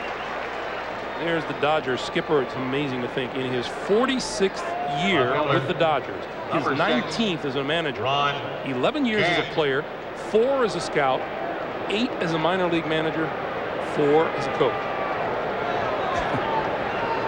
Maybe he really does bleed Dodger blue, huh? Oh, I'm sure he does. And I'm going to tell him you were doubtful.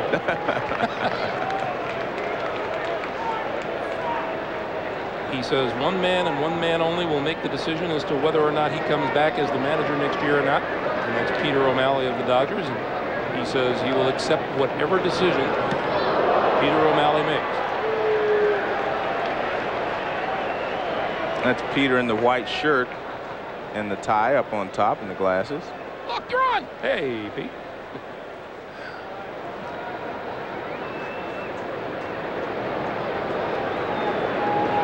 One. 1-2. There's that beautiful changeup from Estacio.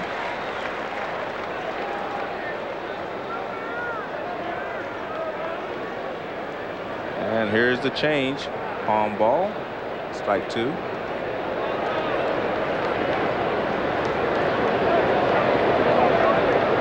Gant with a single in the first inning, 3 trips to the plate.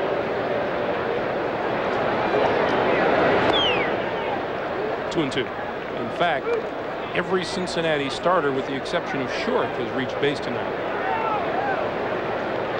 That's that balanced attack that we talked about.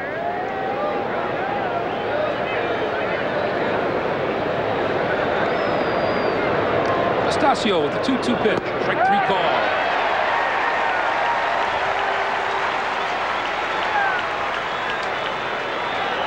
That's what makes the changeup so effective. It gets you looking for another pitch. I want to remind you, tomorrow night, 8 p.m. Eastern Time, 5 o'clock Pacific, postseason baseball continues. Game 2 of the division series. We'll be back here in Los Angeles as the Dodgers host the Cincinnati Reds. Some of you, especially those of you in the Chicago area, will see Boston take on Cleveland. We ask you to check your local listings. Regional coverage of Game 2 begins tomorrow night at 8 p.m. Eastern, 5 o'clock Pacific Time here on NBC. Reggie Sanders looks at strike one, and Pedro Astacio looks to be in good form tonight.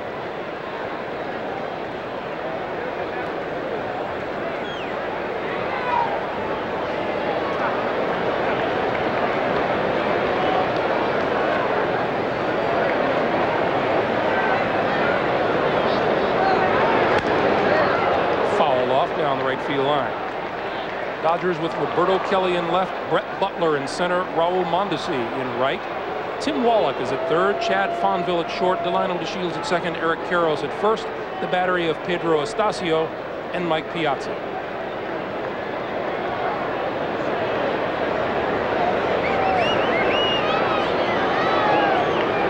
Astacio is never in any hurry, Greg. And we talked about when you work quickly, it helps your defense. Misses outside, a ball and 2 strikes.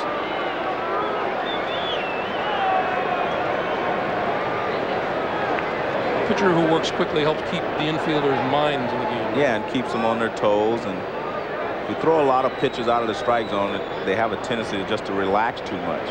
Here's 1-2. Got him swinging.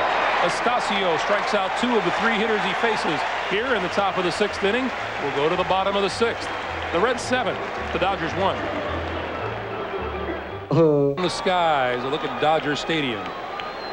Welcome back, Greg Gumbel along with Joe Morgan. We move to the bottom half of the 6th inning, and the 3, 4, and 5 hitters for Tom Lasorda to face Pete Shorrock. Piazza, Karros, Wallach. Shorrock misses on the first pitch. In fact, of the 3, 4, 5, and 6 hitters, only Eric Karros has a hit. He singled leading off the 2nd inning.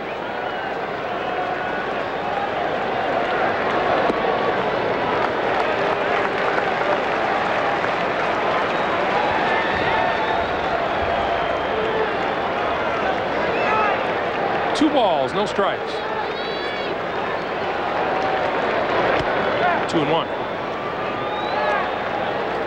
During the regular season, the Dodgers scored 94 runs in the 6th inning, their best scoring inning all year long. 2-1. Hit hard, right center field, and this one will go.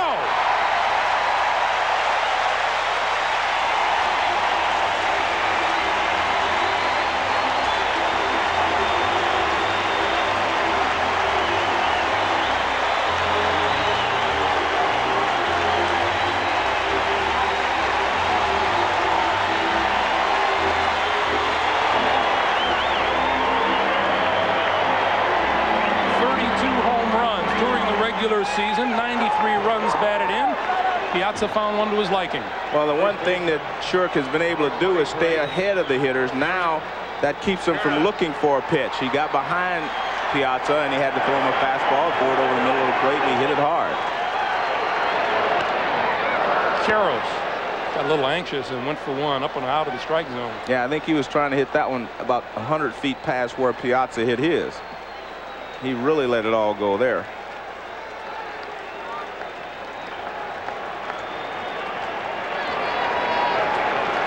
0-1 pitch. Karros up the middle.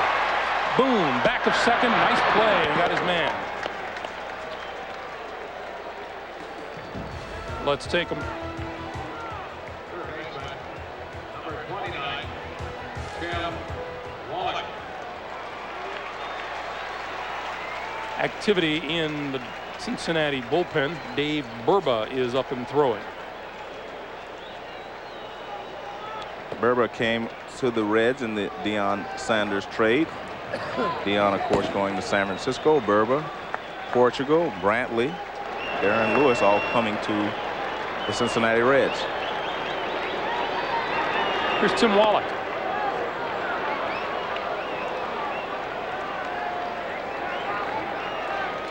Dodger fans still buzzing a little bit about Mike Piazza's home run, but they are still down 5. Check swing, just past the pitcher. Boone on the move, made the play. 2 out, and now we'll take a moment to tell you that this 1995 Division Series game is brought to you by Lexus Luxury Automobiles, the result of a relentless pursuit of perfection. By the most prescribed medication of its kind, now for heartburn, Tagamet HB. And by Burger King, where you can get your burger's worth.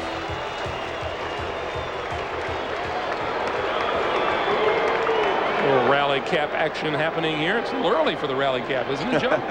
No, they're 5 down. They need something in a hurry. And Brett Boone showing you on the last 2 plays why the Reds sport the best defense in the National League. You're right. They all seem to be on their toes. They move.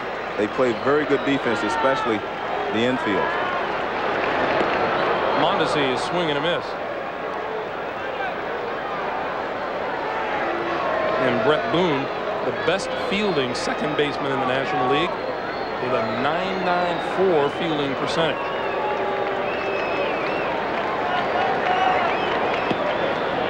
They have some good second basemen in the National League. Craig Biggio won the Gold Glove last year from Houston, and also Mark Lemke, second baseman in Atlanta.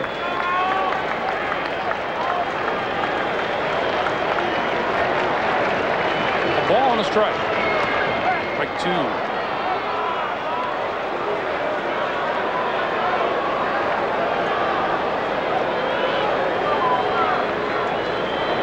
Bases are empty, 2 out here in the bottom of the 6th inning. And Mondesi goes down swinging. So the Dodgers just get the Karros home run. It's 7-2, and we'll come back after this from your local station. Along with Joe Morgan, I'm Greg Gumbel. Welcome back to Dodger Stadium. Game 1 of this best-of-5 National League playoff series. 7-2 Reds as we move to the top of the 7th inning. And Hal Morris lays one up the third base line and rolls foul. There's a thinking ball player, Joe. He rips one to left center, rips one to left, rips one to right, and then tries to drop one up the third base line. Well, he's leading off the inning. He's trying to get something started here. The Reds have a 5-run lead, but you know, they're trying to break it open even more so. And he's leading off the inning. Not a bad play, just to get on base some kind of way. Morris 3 for 3, 2 singles, a double, 2 runs batted in. Towards second, where DeShields will field it and throw him out. 1 up and 1 gone for Benito Santiago. And Benito Santiago furnishes our MCI proof positive replay. Back in the first inning with a teammate at second, Santiago tied into a Ramon Martinez pitch and lifted it up and over the wall in left field for a 2-run homer. Benito Santiago with our MCI proof positive replay. At the time, it gave the Reds a 4-0 lead.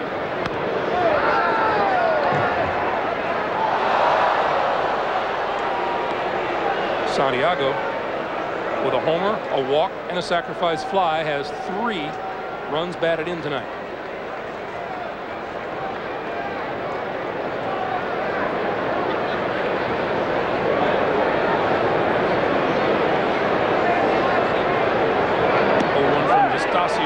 Good, and the count is no balls and 2 strikes. And with that, we check in once again with Hannah Storm. Hannah. Greg, in the bottom of the 6th, Mariners and Yankees tied up at 2, and Don Mattingly playing in his first ever postseason game. Finally. Now, what does he do? A clutch hit to right field with a man on. That scores Bernie Williams for the go-ahead run. Don Mattingly's first ever postseason hit, and it's a big one. Yanks lead 3-2. Greg and Joe. Hannah, thank you. You think back to all of the players who never got a chance to play in postseason, and I guess the one that comes to mind most readily for me is Ernie Banks. That would be the one that I would second that. Billy Williams, of course, one of the great Hall of Famers. We don't know for sure that this is Don Mattingly's last season. He has indicated he would like to come back for another year at least. But you would certainly hate to see his career end without some postseason activity.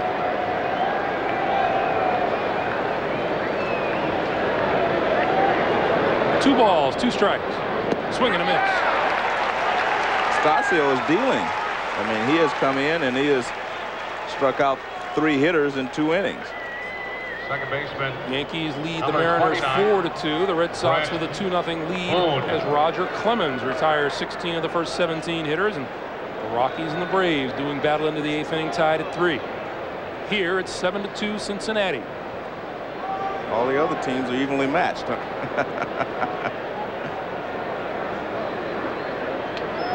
Here's Brett Boone. Stasio misses with the fastball. Boone with a strikeout, a fly ball, and a 2-base hit.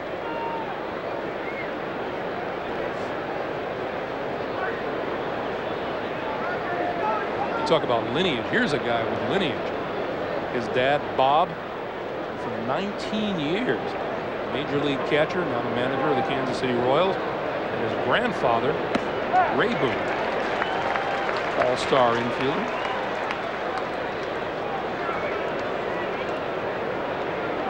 And I believe Brett has a brother who's in the farm system. Right. He's come a long way as a player too. When Brett first started playing for the Seattle Mariners, he just didn't have enough discipline, either in the field or at bat, to be a major leaguer. And he has worked hard, and he's developed into a very fine defensive second baseman, and he's also contributed a lot offensively for the Reds the last couple of years. Still swings a little too hard for a little guy, but I mean, he does not get cheated. Very aggressive hitter.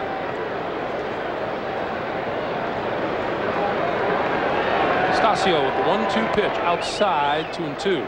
We've talked about the quality of their defense. How do Brett Boone and Barry Larkin measure up as a double play combo, Jim? They're very good. They make the double play well. I mean, they're a very good defensive ball club. And again, you have to look at the middle of the diamond, because that's where defense is. That's where it starts, really, with your catcher, Santiago, good defensive catcher. 2-2. Outside, 3-2. Stasio's throwing awfully hard tonight. He's throwing hard and he's hitting spots. And you see what he led National League second baseman with only 4 errors this season, 138 ball games. Here's the full count pitch. Got him swinging. Stasio has struck out 4 of the 6 hitters he's faced. We'll go to the last of the 7th. 7-2 Reds. In a moment, first the Braves and Rockies tied at 3. Bottom of the 7th, Greg Maddux with the bases loaded facing the top pinch hitter in baseball, John Vander Wal. Gets Vander Wal to ground into the 1-2-3 double play to end the Rockies' threat. Maddux has allowed 9 hits. He has no strikeouts, but the Braves still okay. It's a tie ball game. Greg and Joe. All right, Hannah, welcome back to Dodger Stadium, and Delino DeShields with a 1-0 count against Pete Shurik as the Dodgers bat in the bottom of the 7th. This one lifted foul down the third base line and will make the seats. Interesting note on the Greg Maddux situation. He has a losing record in playoff competition. He has not pitched well. Must be a bum. Yeah. As great as he has been during the regular season, he has not been dominant. I think Money would be a good nickname for him. Money? Okay. What an outstanding pitcher, and a pitcher in every sense of the word. Mark Guthrie in the Dodger bullpen as we head toward the bottom of the Dodger order. And what a job Pedro Stasio did in his 2 innings. 3-1, the count on DeShields. Stasio faced 6 hitters, struck out 4, and retired the Reds in order in both the 6th and 7th innings. Now the Dodgers looking for some offense.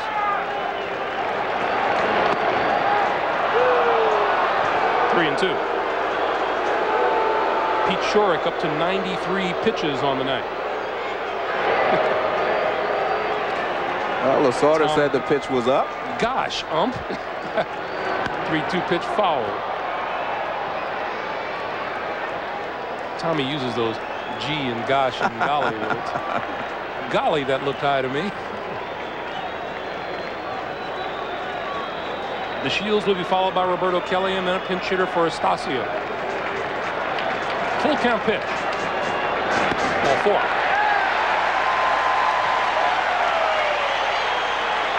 DeShields has been on every time up tonight. 2 singles and now a base on balls. Left fielder, number 21, Roberto. And that'll get him up and moving in the Cincinnati bullpen.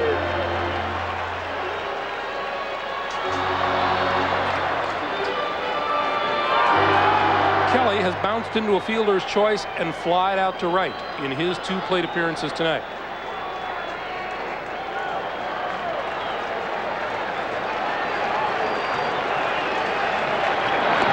That one high and away, ball 1. Mike Jackson loosening up for Cincinnati. Mitch Webster is in the on-deck circle for the Dodgers to hit for Astacio.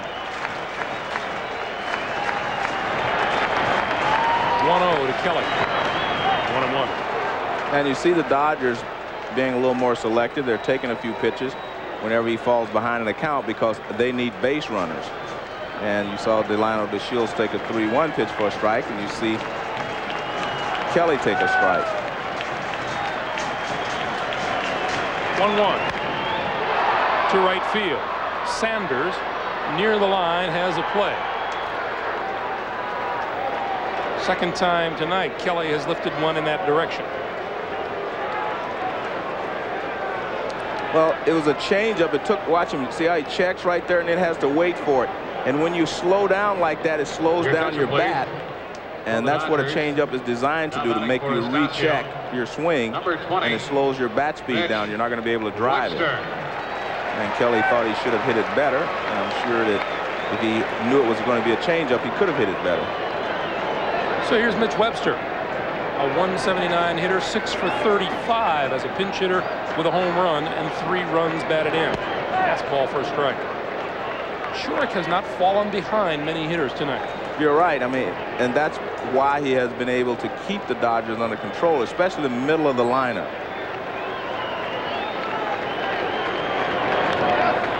Nubber up the first base line, foul. And Pete Shurik is now at 100 pitches even on the night.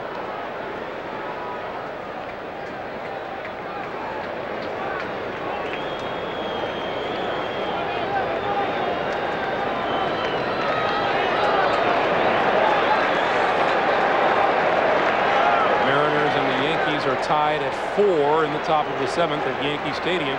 Ken Griffey has hit his 2nd home run of the night.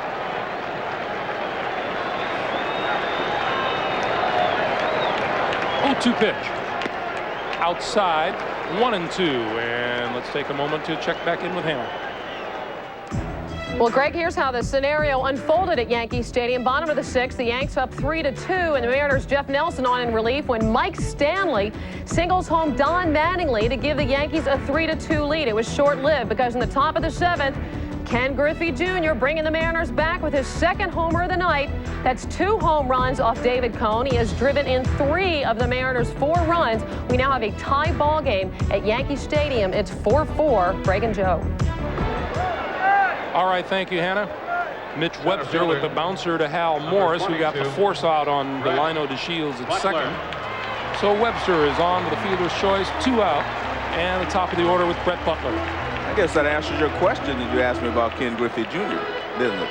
About he was excited to play in yesterday's ball game. He's always excited to play. Always excited. Of course, I would imagine if you have Ken Griffey Jr.'s talent, it's more exciting to play. Yeah, you're right. What's that? Which comes first, the chicken or the egg, huh? Butler to straightaway center field. Jerome Walton there, and any hopes of a Dodger rally in the 7th go by the boards. 7-2 Reds. Back to Dodger Stadium, 7-2 as we move to the top of the 8th, and it is now time for the Lexus Diamond Dust Fact.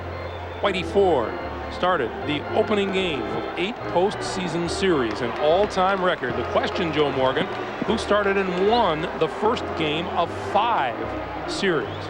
Take your time. The 4th Dodger pitcher of the night is left-hander Mark Guthrie.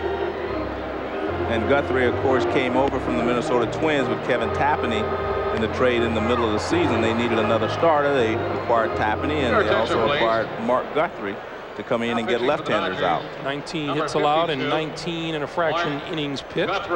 He'll face Jeff Branson, Pete Shorrock, and then Jerome Walton here in the top of the 8th inning. Number 20, third baseman Jeff Branson. And he won't face Pete Shorrock because the Reds will pinch hit for him here in the top of the 8th inning. And I think that's a good move for the Reds, because if you're planning on going through and winning the World Series, the fewer amount of innings you can have Shorrock pitch at this time, the better off you'll be later on into the playoffs. And I think that's what they're trying to do, have him throw a certain number of pitches and save him for the next start. And especially when you have a 5-run lead. You have Mike Jackson and then Jeff Brantley as your closers. Here's Mariano Duncan, who will hit for Shorrock. Cute number, 77. Pete Shorrock finished for the night, and not a bad outing for him. 5 hits in 7 innings, 2 earned runs, walked 3, struck out 5. Branson takes a strike on the outside corner. 2 balls and a strike. Branson with a single and a double in 3 trips to the plate. His 2-base hit in the 5th inning drove home 2 runs.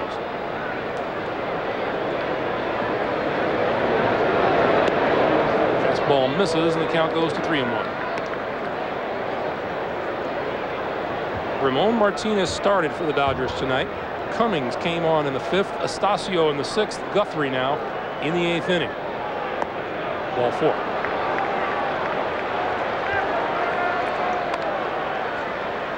So here is Mariano Duncan. Your attention, please. Dave Wallace wants somebody up in the Dodger bullpen, and he's going to get somebody up. Number 77, Mariano Duncan. Interesting story with Mariano Duncan, Greg. The Atlanta Braves tried to get him from the Philadelphia Phillies, and the Reds blocked it by claiming him on waivers, and they then went back and traded for him and kept him from going to Atlanta. The Braves wanted him, but the Reds did not want them to have him, so they took him himself.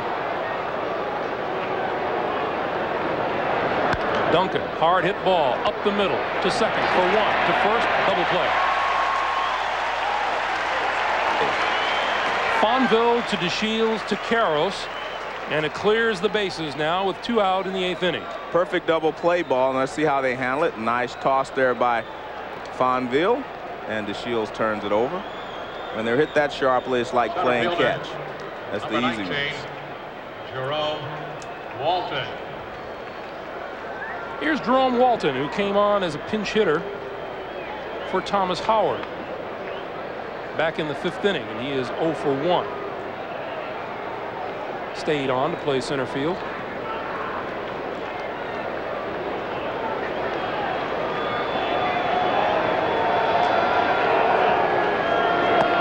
Guthrie's first pitch to him is high for a ball.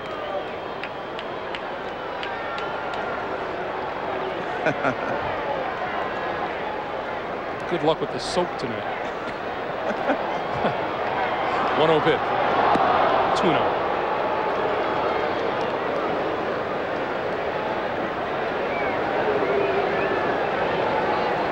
Well, I don't think Mark Guthrie wants to fool around with the top of the order here with Barry Larkin and Ron Gant and Reggie Sanders lurking.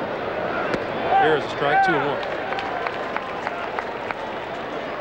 There are a lot of scouts here, you know, charting these teams in case their ball clubs would have to play them later in postseason play. One of the people I saw today is interesting was Dick Williams.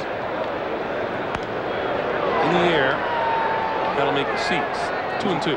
He's won a couple of championships of his own, and he works, of course, for the Yankees, and he's scouting these 2 teams in case the Yankees would play them in the World Series.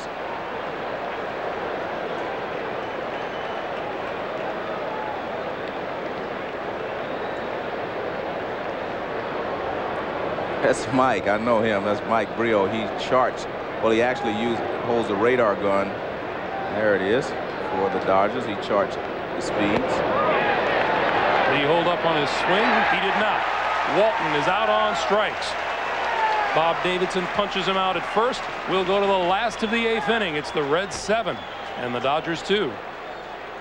Meanwhile, in Cleveland, Boston and Roger Clemens up 2-0, 2 on for MVP candidate Albert Bell of the Indians. The double to the gap in left center. Omar Vizquel scores easily. And then a play at the plate on Carlos Baerga. Tough play for Mike McFarland. Can't hang on to the ball. Baerga scores the tying run, and Albert Bell is safe at third base. And then the next batter, Eddie Murray, knocking in the single to right field. Bell comes in to score the go-ahead run. It's Cleveland on top by a score of 3-2 in the 7th inning. Let's get you back to Dodger Stadium. All right, Hannah, thank you. Mike Jackson has come on to pitch for the Reds here in the bottom of the 8th inning. And he will see Chad Fonville, Mike Piazza, and Eric Karros. Fonville turning around to hit left-handed for the first time tonight. Larkin can't make the play. Yeah, that's a base hit anyway. Anytime Fonville hits the ball and the infielder has to move at least 2 or 3 steps, they're not going to be able to throw him out. That's a base hit indeed. Time for our Toyota Diamond Dust answer. The question was, who started and won the first game of 5 series? You just missed it, Joe. Red Ruffing won the opening game of 5 postseason series.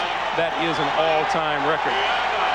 There's a base hit scored for Chad Fonville to get things started for the Dodgers here in the 8th inning. Here is Mike Piazza, who rifled a home run to right center field to lead off the 6th inning.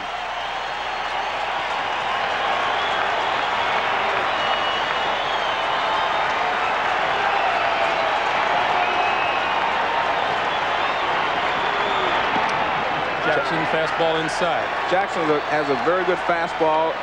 He lives and dies by the slider too often, but he has a good slider and a good fastball. He'll throw the fastball inside as he did there to Piazza, and he throws the slider away, of course. 1-0, 2-0. Jackson had a terrific final month of the regular season, allowing just 1 earned run in over 13 innings. Well, he was with the Giants for the last couple of years, and he was a setup man for Rod Beck.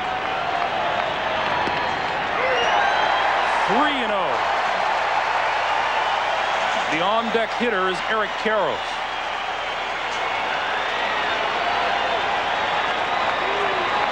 Dodger fans with something to get excited about. 3-0 pitch. 3-1.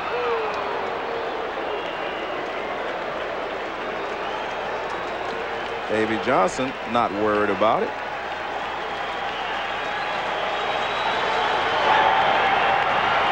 Tommy Lasorda sees a little something to maybe get excited about. 3-1 pitch for Mike Piazza. Base hit left field. Fonville makes the turn. Play at third. He's in there.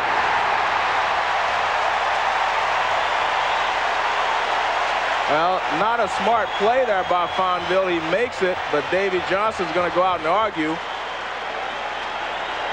When you're 5 runs down, you have to be sure that you can make it, almost standing up. And Chad Fonville took the brunt of that collision at third. And taking a look at him, Joey Amalfitano pointing to his chin. Fastball grounded in the hole to the left side. Now watch, Sanders comes up firing. It looked like they were going to have him. Again, I'm sorry, he fires a strike to third base. Throw beats him. Fonville slides around the tag, and looks like a pretty good call by the umpire. But a real big chance they're taking by Fonville when you're 5 runs down. Really unnecessary, too, wasn't it, Yes.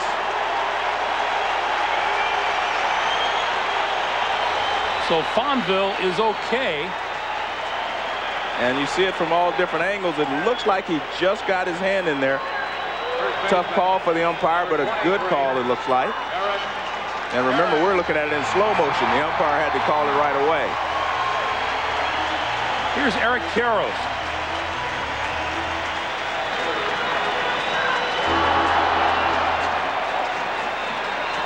Karros with a single in the 2nd, a soft liner to 2nd in the 4th, and a ground out to 2nd in the 6th.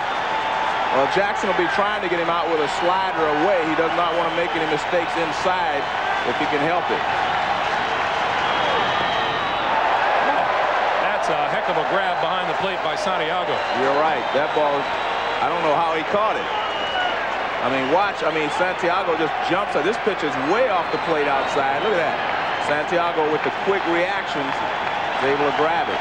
Dodger fans making some noise. 1-0 pitch. 2-0. That's what he wants to get him out with, a slider away, but not up. Eric Karros' career 4 for 10 against Mike Jackson. There is no one throwing in the Cincinnati bullpen.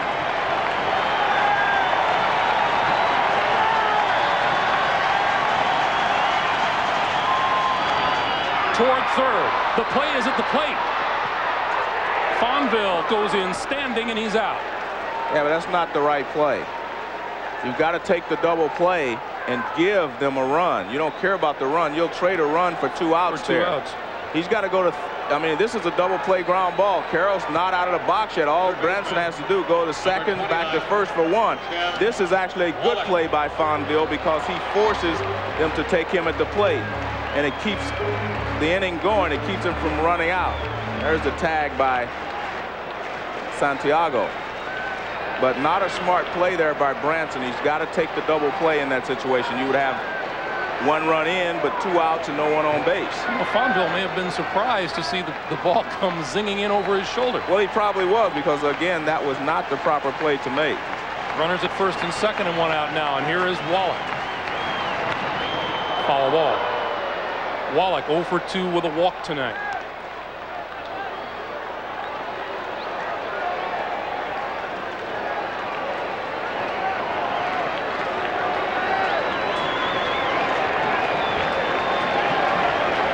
Wallach the hitter, Mondesi on deck. Between them, they are 0 for 5 tonight.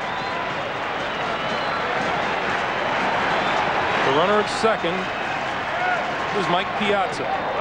Eric Karros at first, 0-2.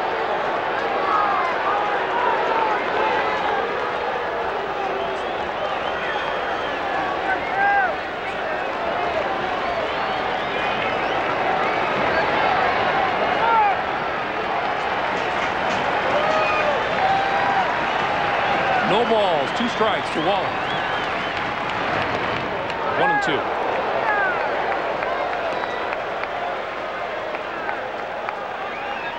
Braves and Rockies are tied at 4 in the last of the 8th. Yankees with a 2-run lead on Seattle in the 7th. 1-2 pitch. Still the ball and 2 strikes.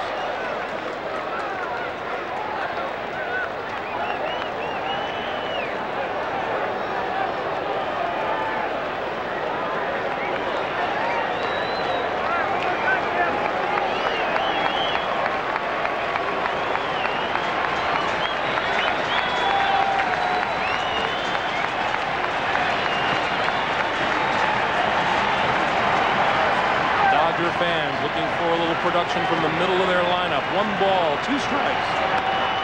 Popped it up. Second baseman Brett Boone for the 2nd out of the inning. So Jackson comes right back, and we'll take this opportunity to remind you tonight a special edition of Dateline. Jane Pauley and Stone Phillips take you through a day of emotion in the O.J. Simpson courtroom. The end of the trial of the century on a special edition of Dateline tonight, following your late local news. Don't miss it. So after a promising start to the inning for the Dodgers, Mike Jackson comes back and gets Tim Wallach, or rather Eric Karros, to bounce out and Wallach to pop out, and here is Mondesi. Well, to be perfectly honest with you, this inning should be over with the Dodgers having 1 run. If they were taking a double play, that would have been the 3rd out. So let's see if it does cost them. And as I said earlier, Mondesi is going to have to give them some production if they're going to come back in this ballgame. Jammed him down to 3rd, to 2nd for the 4th, and the Reds are out of the inning. Nice job of pitching by Mike Jackson. We've played 8 complete, 7-2 Reds. Back to Dodger Stadium in a moment. First, Braves and Rockies. Braves up 4-3, bottom of the 8th. Ellis Burks at the plate, and Burks with a double off Braves reliever Alejandro Pena to to score Dante Bichette with the tying run. Ellis Burks has driven in 2 runs tonight. That game is tied. We don't know the outcome, but we do know one thing. Greg Maddux will not get a win for Atlanta this evening.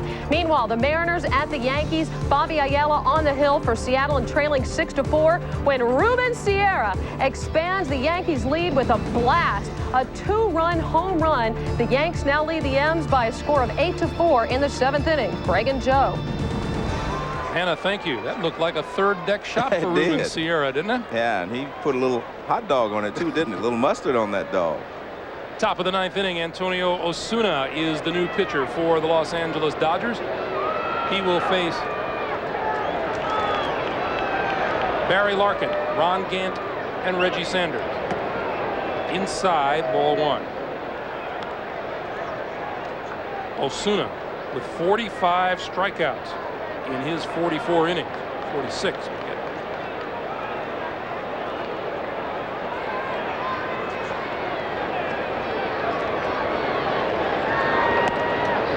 Check swing by Larkin.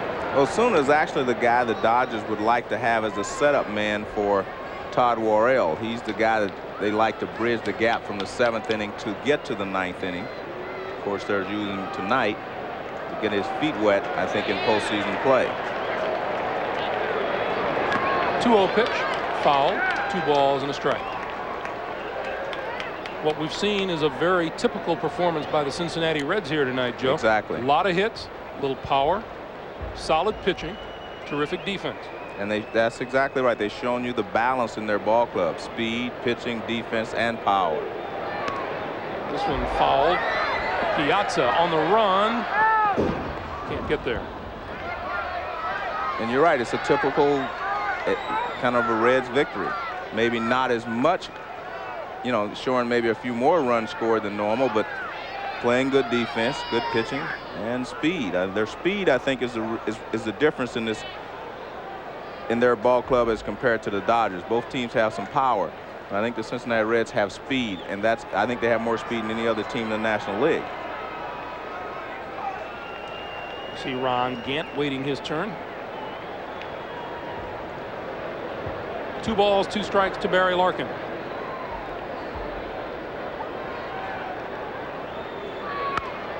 Line foul down the first base line. Osuna runs it up there about 92 to 94 miles an hour, and he throws a changeup. Those are his 2 basic pitches.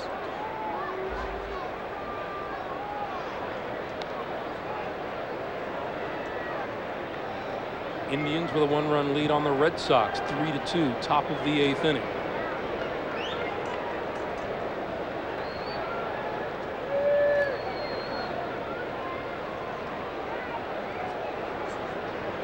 Two pitch. Up high and tight, and runs the count full now to Larkin at 3-2. We're in the top of the 9th inning. The Reds 7 runs, 11 hits, no errors. The Dodgers 2 runs, 7 hits, and no errors. Osuna, the 5th Dodger pitcher of the night. Followed that. Ramon Martinez started and was throwing hard, but consistently fell behind hitters and made a few mistakes. You're right. He was throwing well. His location was off, and that's what really got him in trouble. Right away in this ball game, in the 1st inning, he made some good pitches and a couple of bad pitches, and it cost him 4 runs in the 1st inning.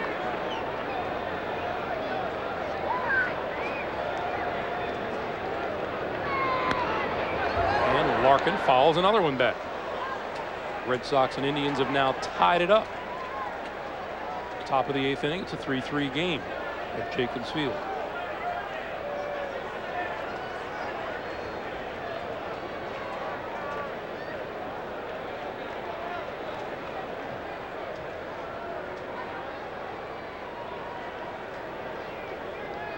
Three balls, 2 strikes. Another full count pitch to Larkin.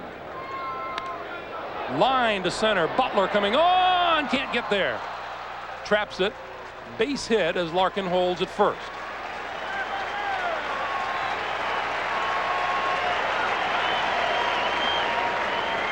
Well, Butler gave it a good attempt, But you can see he does a good job of just being able to knock it down and keep the ball from bouncing past him.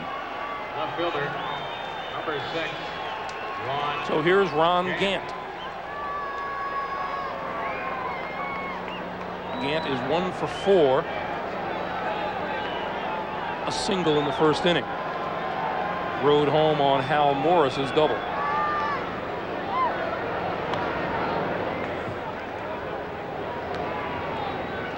And Antonio Osuna, well aware of Barry Larkin's 51 stolen bases this season.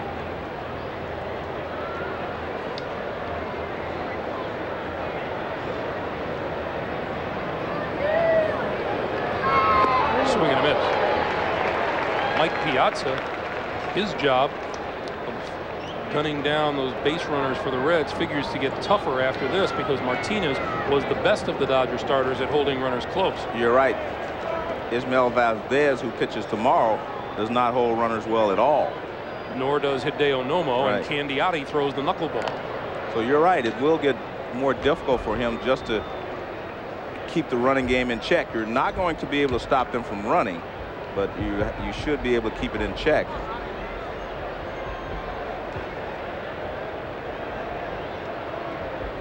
Oh, 1 pitch. There goes Larkin. And Gant fouls it back.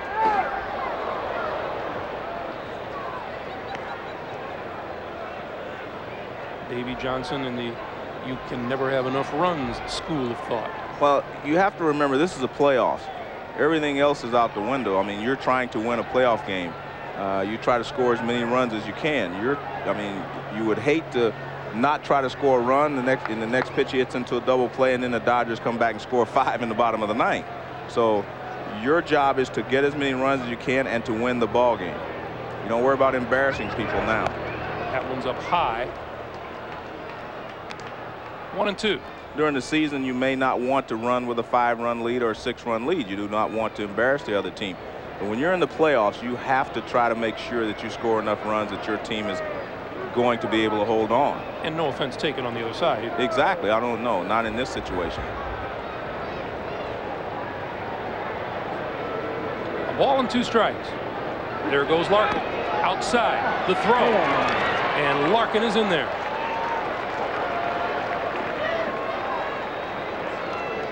Not a bad pitch for Piazza to handle, but he had to reach the other way for it. Well, it's just difficult to throw out Barry Larkin. He has 51 stolen bases. He was only caught 5 times. He just gets a great start. And the throw, as you mentioned, is on the shortstop side. No chance for the Shields to catch it and bring it back. So now the Reds with a runner in scoring position and nobody out here in the top of the 9th inning.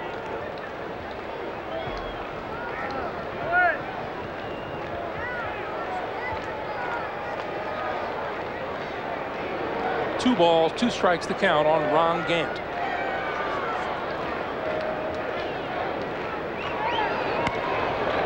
Breaking ball, and he lifts it to short left field.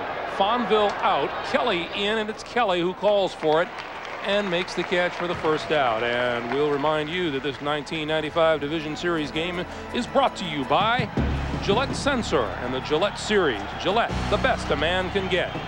By Texaco Clean System 3 gasolines. And by Wendy's Spicy Chicken Sandwich. Get it while it's hot.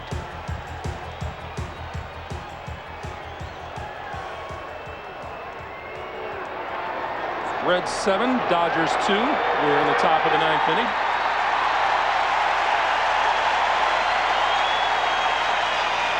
And we have a fan on the field out in right field. Red Sox Indians are tied at 3 in the 8th inning. The Braves with a 1-run lead in the 9th at Colorado.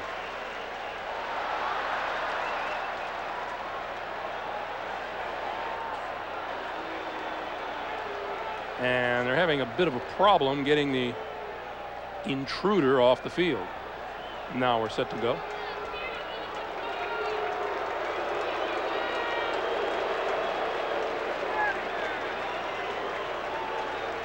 Here's Reggie Sanders.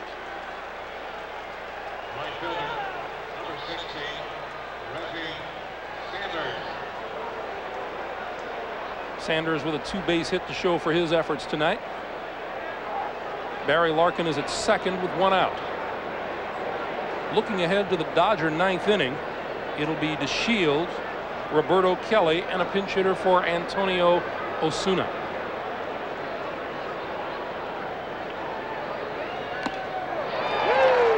High Hardman. Well, he has a very good fastball. And the one thing about Osuna, he will keep the fastball up.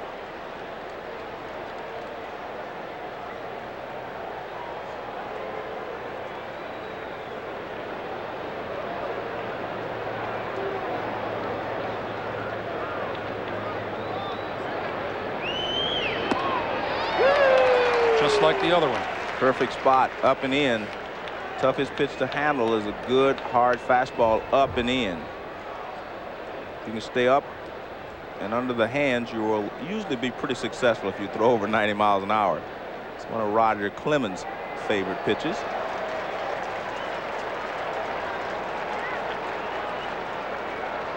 No balls, 2 strikes with 1 out. And he went around. A lot of heat from Antonio Osuna for the 2nd out of the inning. We'll remind you that the executive producer of NBC Sports is Tom Roy. Coordinating producer of the Baseball Network, John Filippelli. Coordinating producer for NBC Sports is John Gonzalez. The Vice President of Operations for the Baseball Network is Ed Delaney. Studio producers Lance Garrett, Bill Graff, and Sam Flood. Studio director is Rick Piva. Tonight's game produced by Mark Wolf, directed by Ken Fouts, associate director John Vassallo, and production manager Suzanne Turner. Statistician Paul Newman. And Hal Morris going to get the ultimate compliment here. Well, they have a base open, and you have Benito Santiago on deck. Even though Santiago has hurt the Dodgers tonight, he is right-handed, and they would rather face him in this situation than to face Hal Morris. So Morris trots down to first. Barry Larkin is out at second with 2 out, and here is Santiago. 2-run homer in the first. A sacrifice fly which brought home a run in the 5th.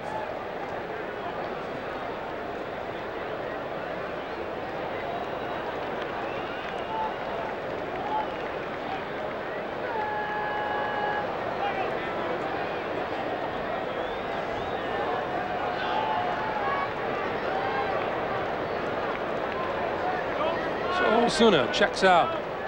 The sign from Mike Piazza. Runner goes. Piazza doesn't throw. And Barry Larkin took everybody by surprise, including Tim Wallach down at third.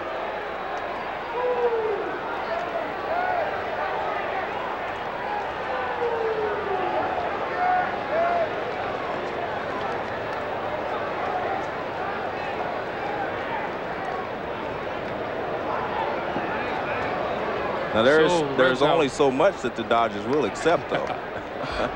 Runners at first and third and 2 out. Foul ball. As we said, you steal a few bases, no offense taken, but I think that only goes so far. Well, clearly the Dodgers weren't prepared for that. Right.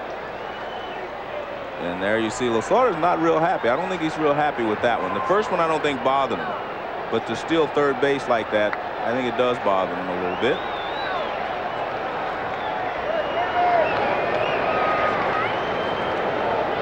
That's Morris at first. Barry Larkin is over at third. Larkin started this inning with a base hit, stole second. Ron Gant flied out. Sanders struck out. Hal Morris was walked intentionally. And Larkin spiked third. 1-1 pitch. 2-1. It is raining in Cleveland in the top of the 8th inning. The Red Sox and the Indians are tied at 3. The Braves ahead of Colorado in the 9th inning on Chipper Jones' 2nd home run of the game. 2 balls and a strike. High in the air, right center field. Butler, no, it'll be Mondesi with the catch. So the Reds are down. The Dodgers coming up for their last swings. Just a moment. First, Braves and Rockies all tied up at 4, top of the 9th. Rookie Chipper Jones already with 1 home run in this game in the 6th inning. He makes it 2 home runs. The shot off Kirk Leskanic here to put Atlanta ahead by a score of 5-4. So a memorable first ever postseason game for the rookie Chipper Jones. Greg. All right, Hannah. Oh, that'd be Hannah. Thank you very much. Bottom of the 9th inning. Reds with a 7-2 lead on the Dodgers. Darren Lewis has come on to play center field for the Reds. Jerome Walton has moved from center over to left. And Jeff Brantley is the new pitcher. Your attention, please. For the Reds, now pitching. There you see the numbers for Brantley. He is their save person. He picks up all the saves. He has 28 saves. He's their stopper. And they're using him in this game just to get an inning or two, get 1 inning in, I guess. Lewis. Jeff Brantley, of course, was also acquired after he left the San Francisco Giants. They have 4 or 5 Giants pitchers on this staff. Dave Burba came over, did a great job. Mike Jackson and Mark Portugal along with Brantley. Mark Portugal, a possible Game 4 starter for Davey Johnson. Here's Delino DeShields. Singled in the 2nd, singled in the 5th, walked in the 7th. Dodgers need 5 to tie. There's a strike. Brantley, fastball, curveball, and a splitter. And a fast worker, too. That one's in the dirt. So the Reds defensively now have Walton in left, Lewis in center, Sanders in right, Branson, Larkin, Boone, and Morris around the infield, Brantley on the mound, pitching to Benito Santiago. Down the left field line, on the run, Walton made the catch. That was in fair territory for out number 1. And tonight's Chevrolet player of the game is catcher Benito Santiago of the Cincinnati Reds.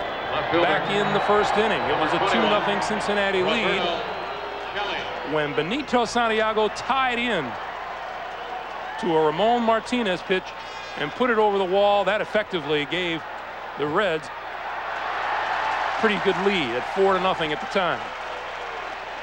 Benito Santiago, and in conjunction with this program, Chevrolet will contribute a total of $5,000 to the Boys and Girls Clubs of America and the names of all the players of the game for the 1995 Major League Baseball season.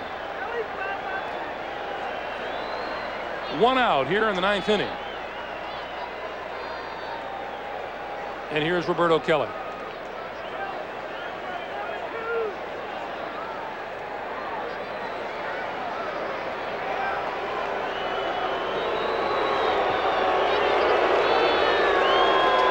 Roberto Kelly 0 for 3 with a couple of fly balls to right field. And Dave Hansen will hit for the pitcher.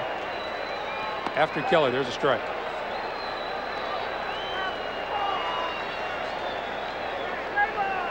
Must be the moon, Joe. We've had a couple of disturbances.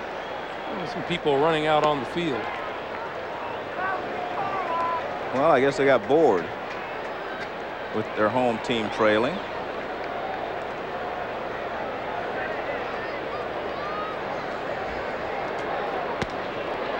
One and two. Remind you again, tomorrow's pitchers, John Smiley, 12-5 on the year for the Reds. Ishmael Valdez for the Dodgers, he was 13-11. 1-2 pitch, fouled off.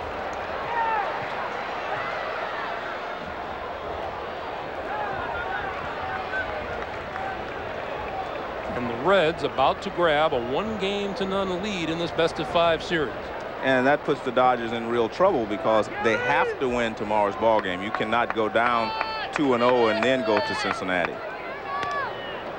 Tapper toward third, on the run. Branson, high throw, safe at first. Well, we finally see him make a physical error. They made a mental error not taking the double play earlier in the ball game. But we see him charge the ball, throw it away, and they call it a base hit. You see, the Dodgers now batting for Osuna, He makes the play, gets rid of it quickly, just throws it a little high. You can see that the ball would have beaten Kelly there, but it was a difficult play, so they scored as a base hit. And here's Dave Hansen. Hansen, a .287 hitter, 11 for 35 as a pinch hitter. A home run, 14 runs batted in. And you saw they are back to action in Cleveland.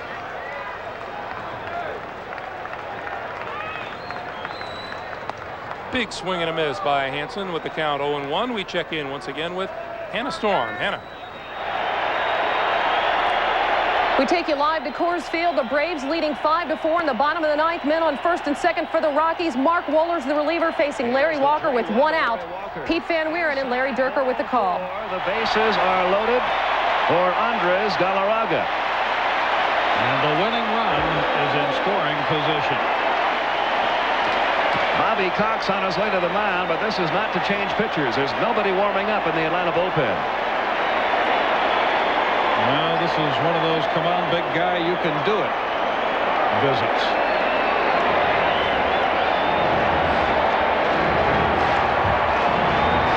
I'll tell you, we've got an interesting situation here. If Wohlers is able to get Galarraga, Wohlers a strikeout pitcher. Galarraga led the National League in strikeouts among hitters this year. If that occurs, Don Baylor is out of position players. And he would have to use the man who's going to be a starting pitcher tomorrow night, Lance Painter, as a pinch hitter. He's got him in the on-deck circle. He has nobody else left but pitchers. So this is a key man for Mark Wohlers to get, and a key at bat for Andres Galarraga if the Colorado Rockies are to stay alive here. Bases loaded, one man out. Atlanta leading it 5-4 in the bottom half of the ninth inning. The pitch to Galarraga. Swing and a miss. It's 0-1. The Atlanta Braves on a home run by Chipper Jones in the top half of the ninth inning in what's been a seesaw affair all night long. Leading at 5-4, but the Rockies never say die. They have loaded the bases with one out off Mark Wohlers here in the bottom of the ninth. 0-1 the count in Galarraga. Here's the 0-1 pitch. Swing and a miss. It's 0-2. And again, Don Baylor is out of position players. The Rockies electing to go with 12 pitchers on their 25-man roster. His pitcher spot is due up next. The only pinch hitters he has left are pitchers. If Galarraga fails to make contact here, it's going to come down to Mark Wohlers facing tomorrow night's starting pitcher.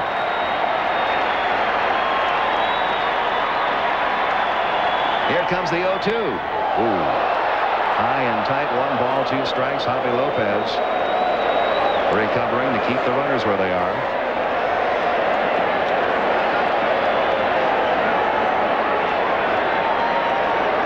And that ball coming in there so fast, normally you'd say, well, a guy should stop that, but I'm not so sure a guy should stop that pitch. Around 100 miles an hour, and that's what he's been throwing. And Galarraga, who always swings hard, is desperate here to make some kind of contact. 1 ball, 2 strikes, 1 man out.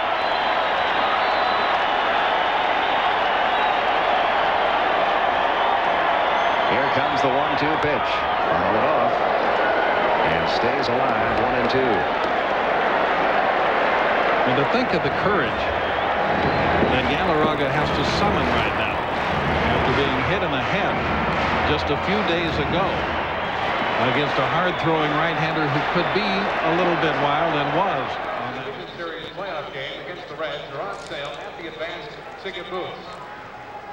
Ticket booths located in lots 10, 2, and 3 will also remain open for you to purchase LCS tickets for games that may be played here at Dodger Stadium. Greg Gumbel, Joe Morgan back in Los Angeles, where the Reds have beaten the Dodgers by a score of 7-2 in Game 1 of this best-of-5 series. We'll be back tomorrow night with Game 2. Pete Shorrock, the winner, Ramon Martinez, the loser. Santiago and Piazza hit home runs, but the Reds claim Game 1 of this best-of-7 series. We'll see you tomorrow night. For Joe Morgan, I'm Greg Gumbel. Let's send you back to Denver, Colorado.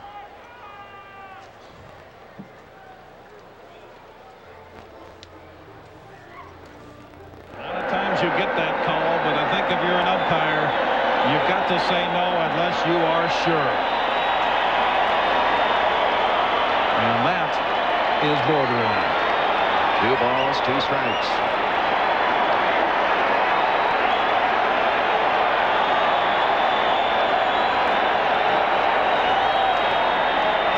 Now the 2-2 pitch on the way. Struck him out with a high fastball. Galarraga goes down swinging, and now it comes down to Mark Wohlers against a pitcher. As the Rockies have used up all their position players tonight. Got him to swing at the high fastball, and there is no future in swinging at Mark Wohlers up there. Not only a pitcher, but a relief pitcher at that.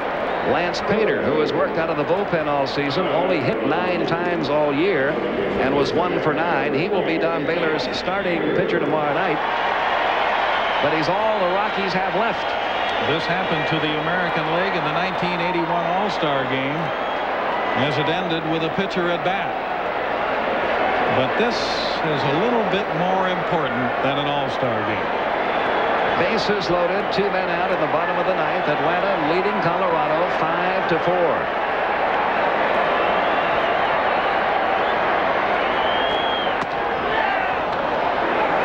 Nothing in 1, the count on Lance Pater. You'd almost feel like you'd have a better chance if he'd get down in a deep crouch and just stand there. Bases are loaded. Rockies are 1 run down. Here comes the 0-1 delivery. High and outside, 1 ball, 1 strike. Interesting how these teams fought when they put together their 25-man rosters. The Braves carried 11 pitchers all season. They cut back to 10 back in late August, added an additional catcher to give them 1 more position player. The Rockies elected to stay with their 12-man pitching staff because they use their bullpen so often. But in this situation, they've got to use one of those pitchers to pinch hit. And it's 1-2 with 2 outs.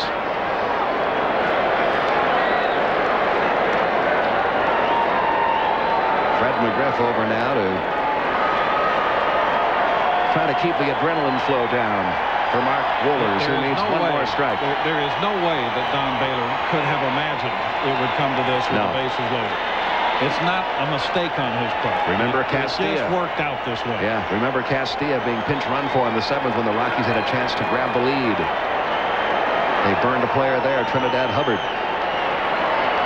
And now it's come down to this. 1 ball, 2 strikes on Lance Pater with the bases loaded. Swung on, missed, strike 3.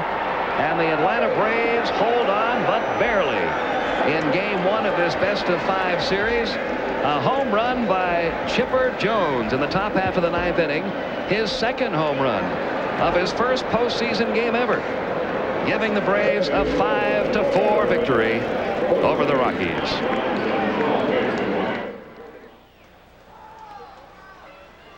So it's final in Denver. It's final here in Los Angeles. The Reds beat the Dodgers 7-2. We invite you to stay tuned to this NBC station for a special edition of Dateline NBC on the O.J. Simpson verdict after your late local news. Tomorrow, postseason baseball continues. 8 Eastern, 5 Pacific. Game 2 between the Reds and the Dodgers. For Joe Morgan, I'm Greg Gumbel. Good night from Dodger Stadium.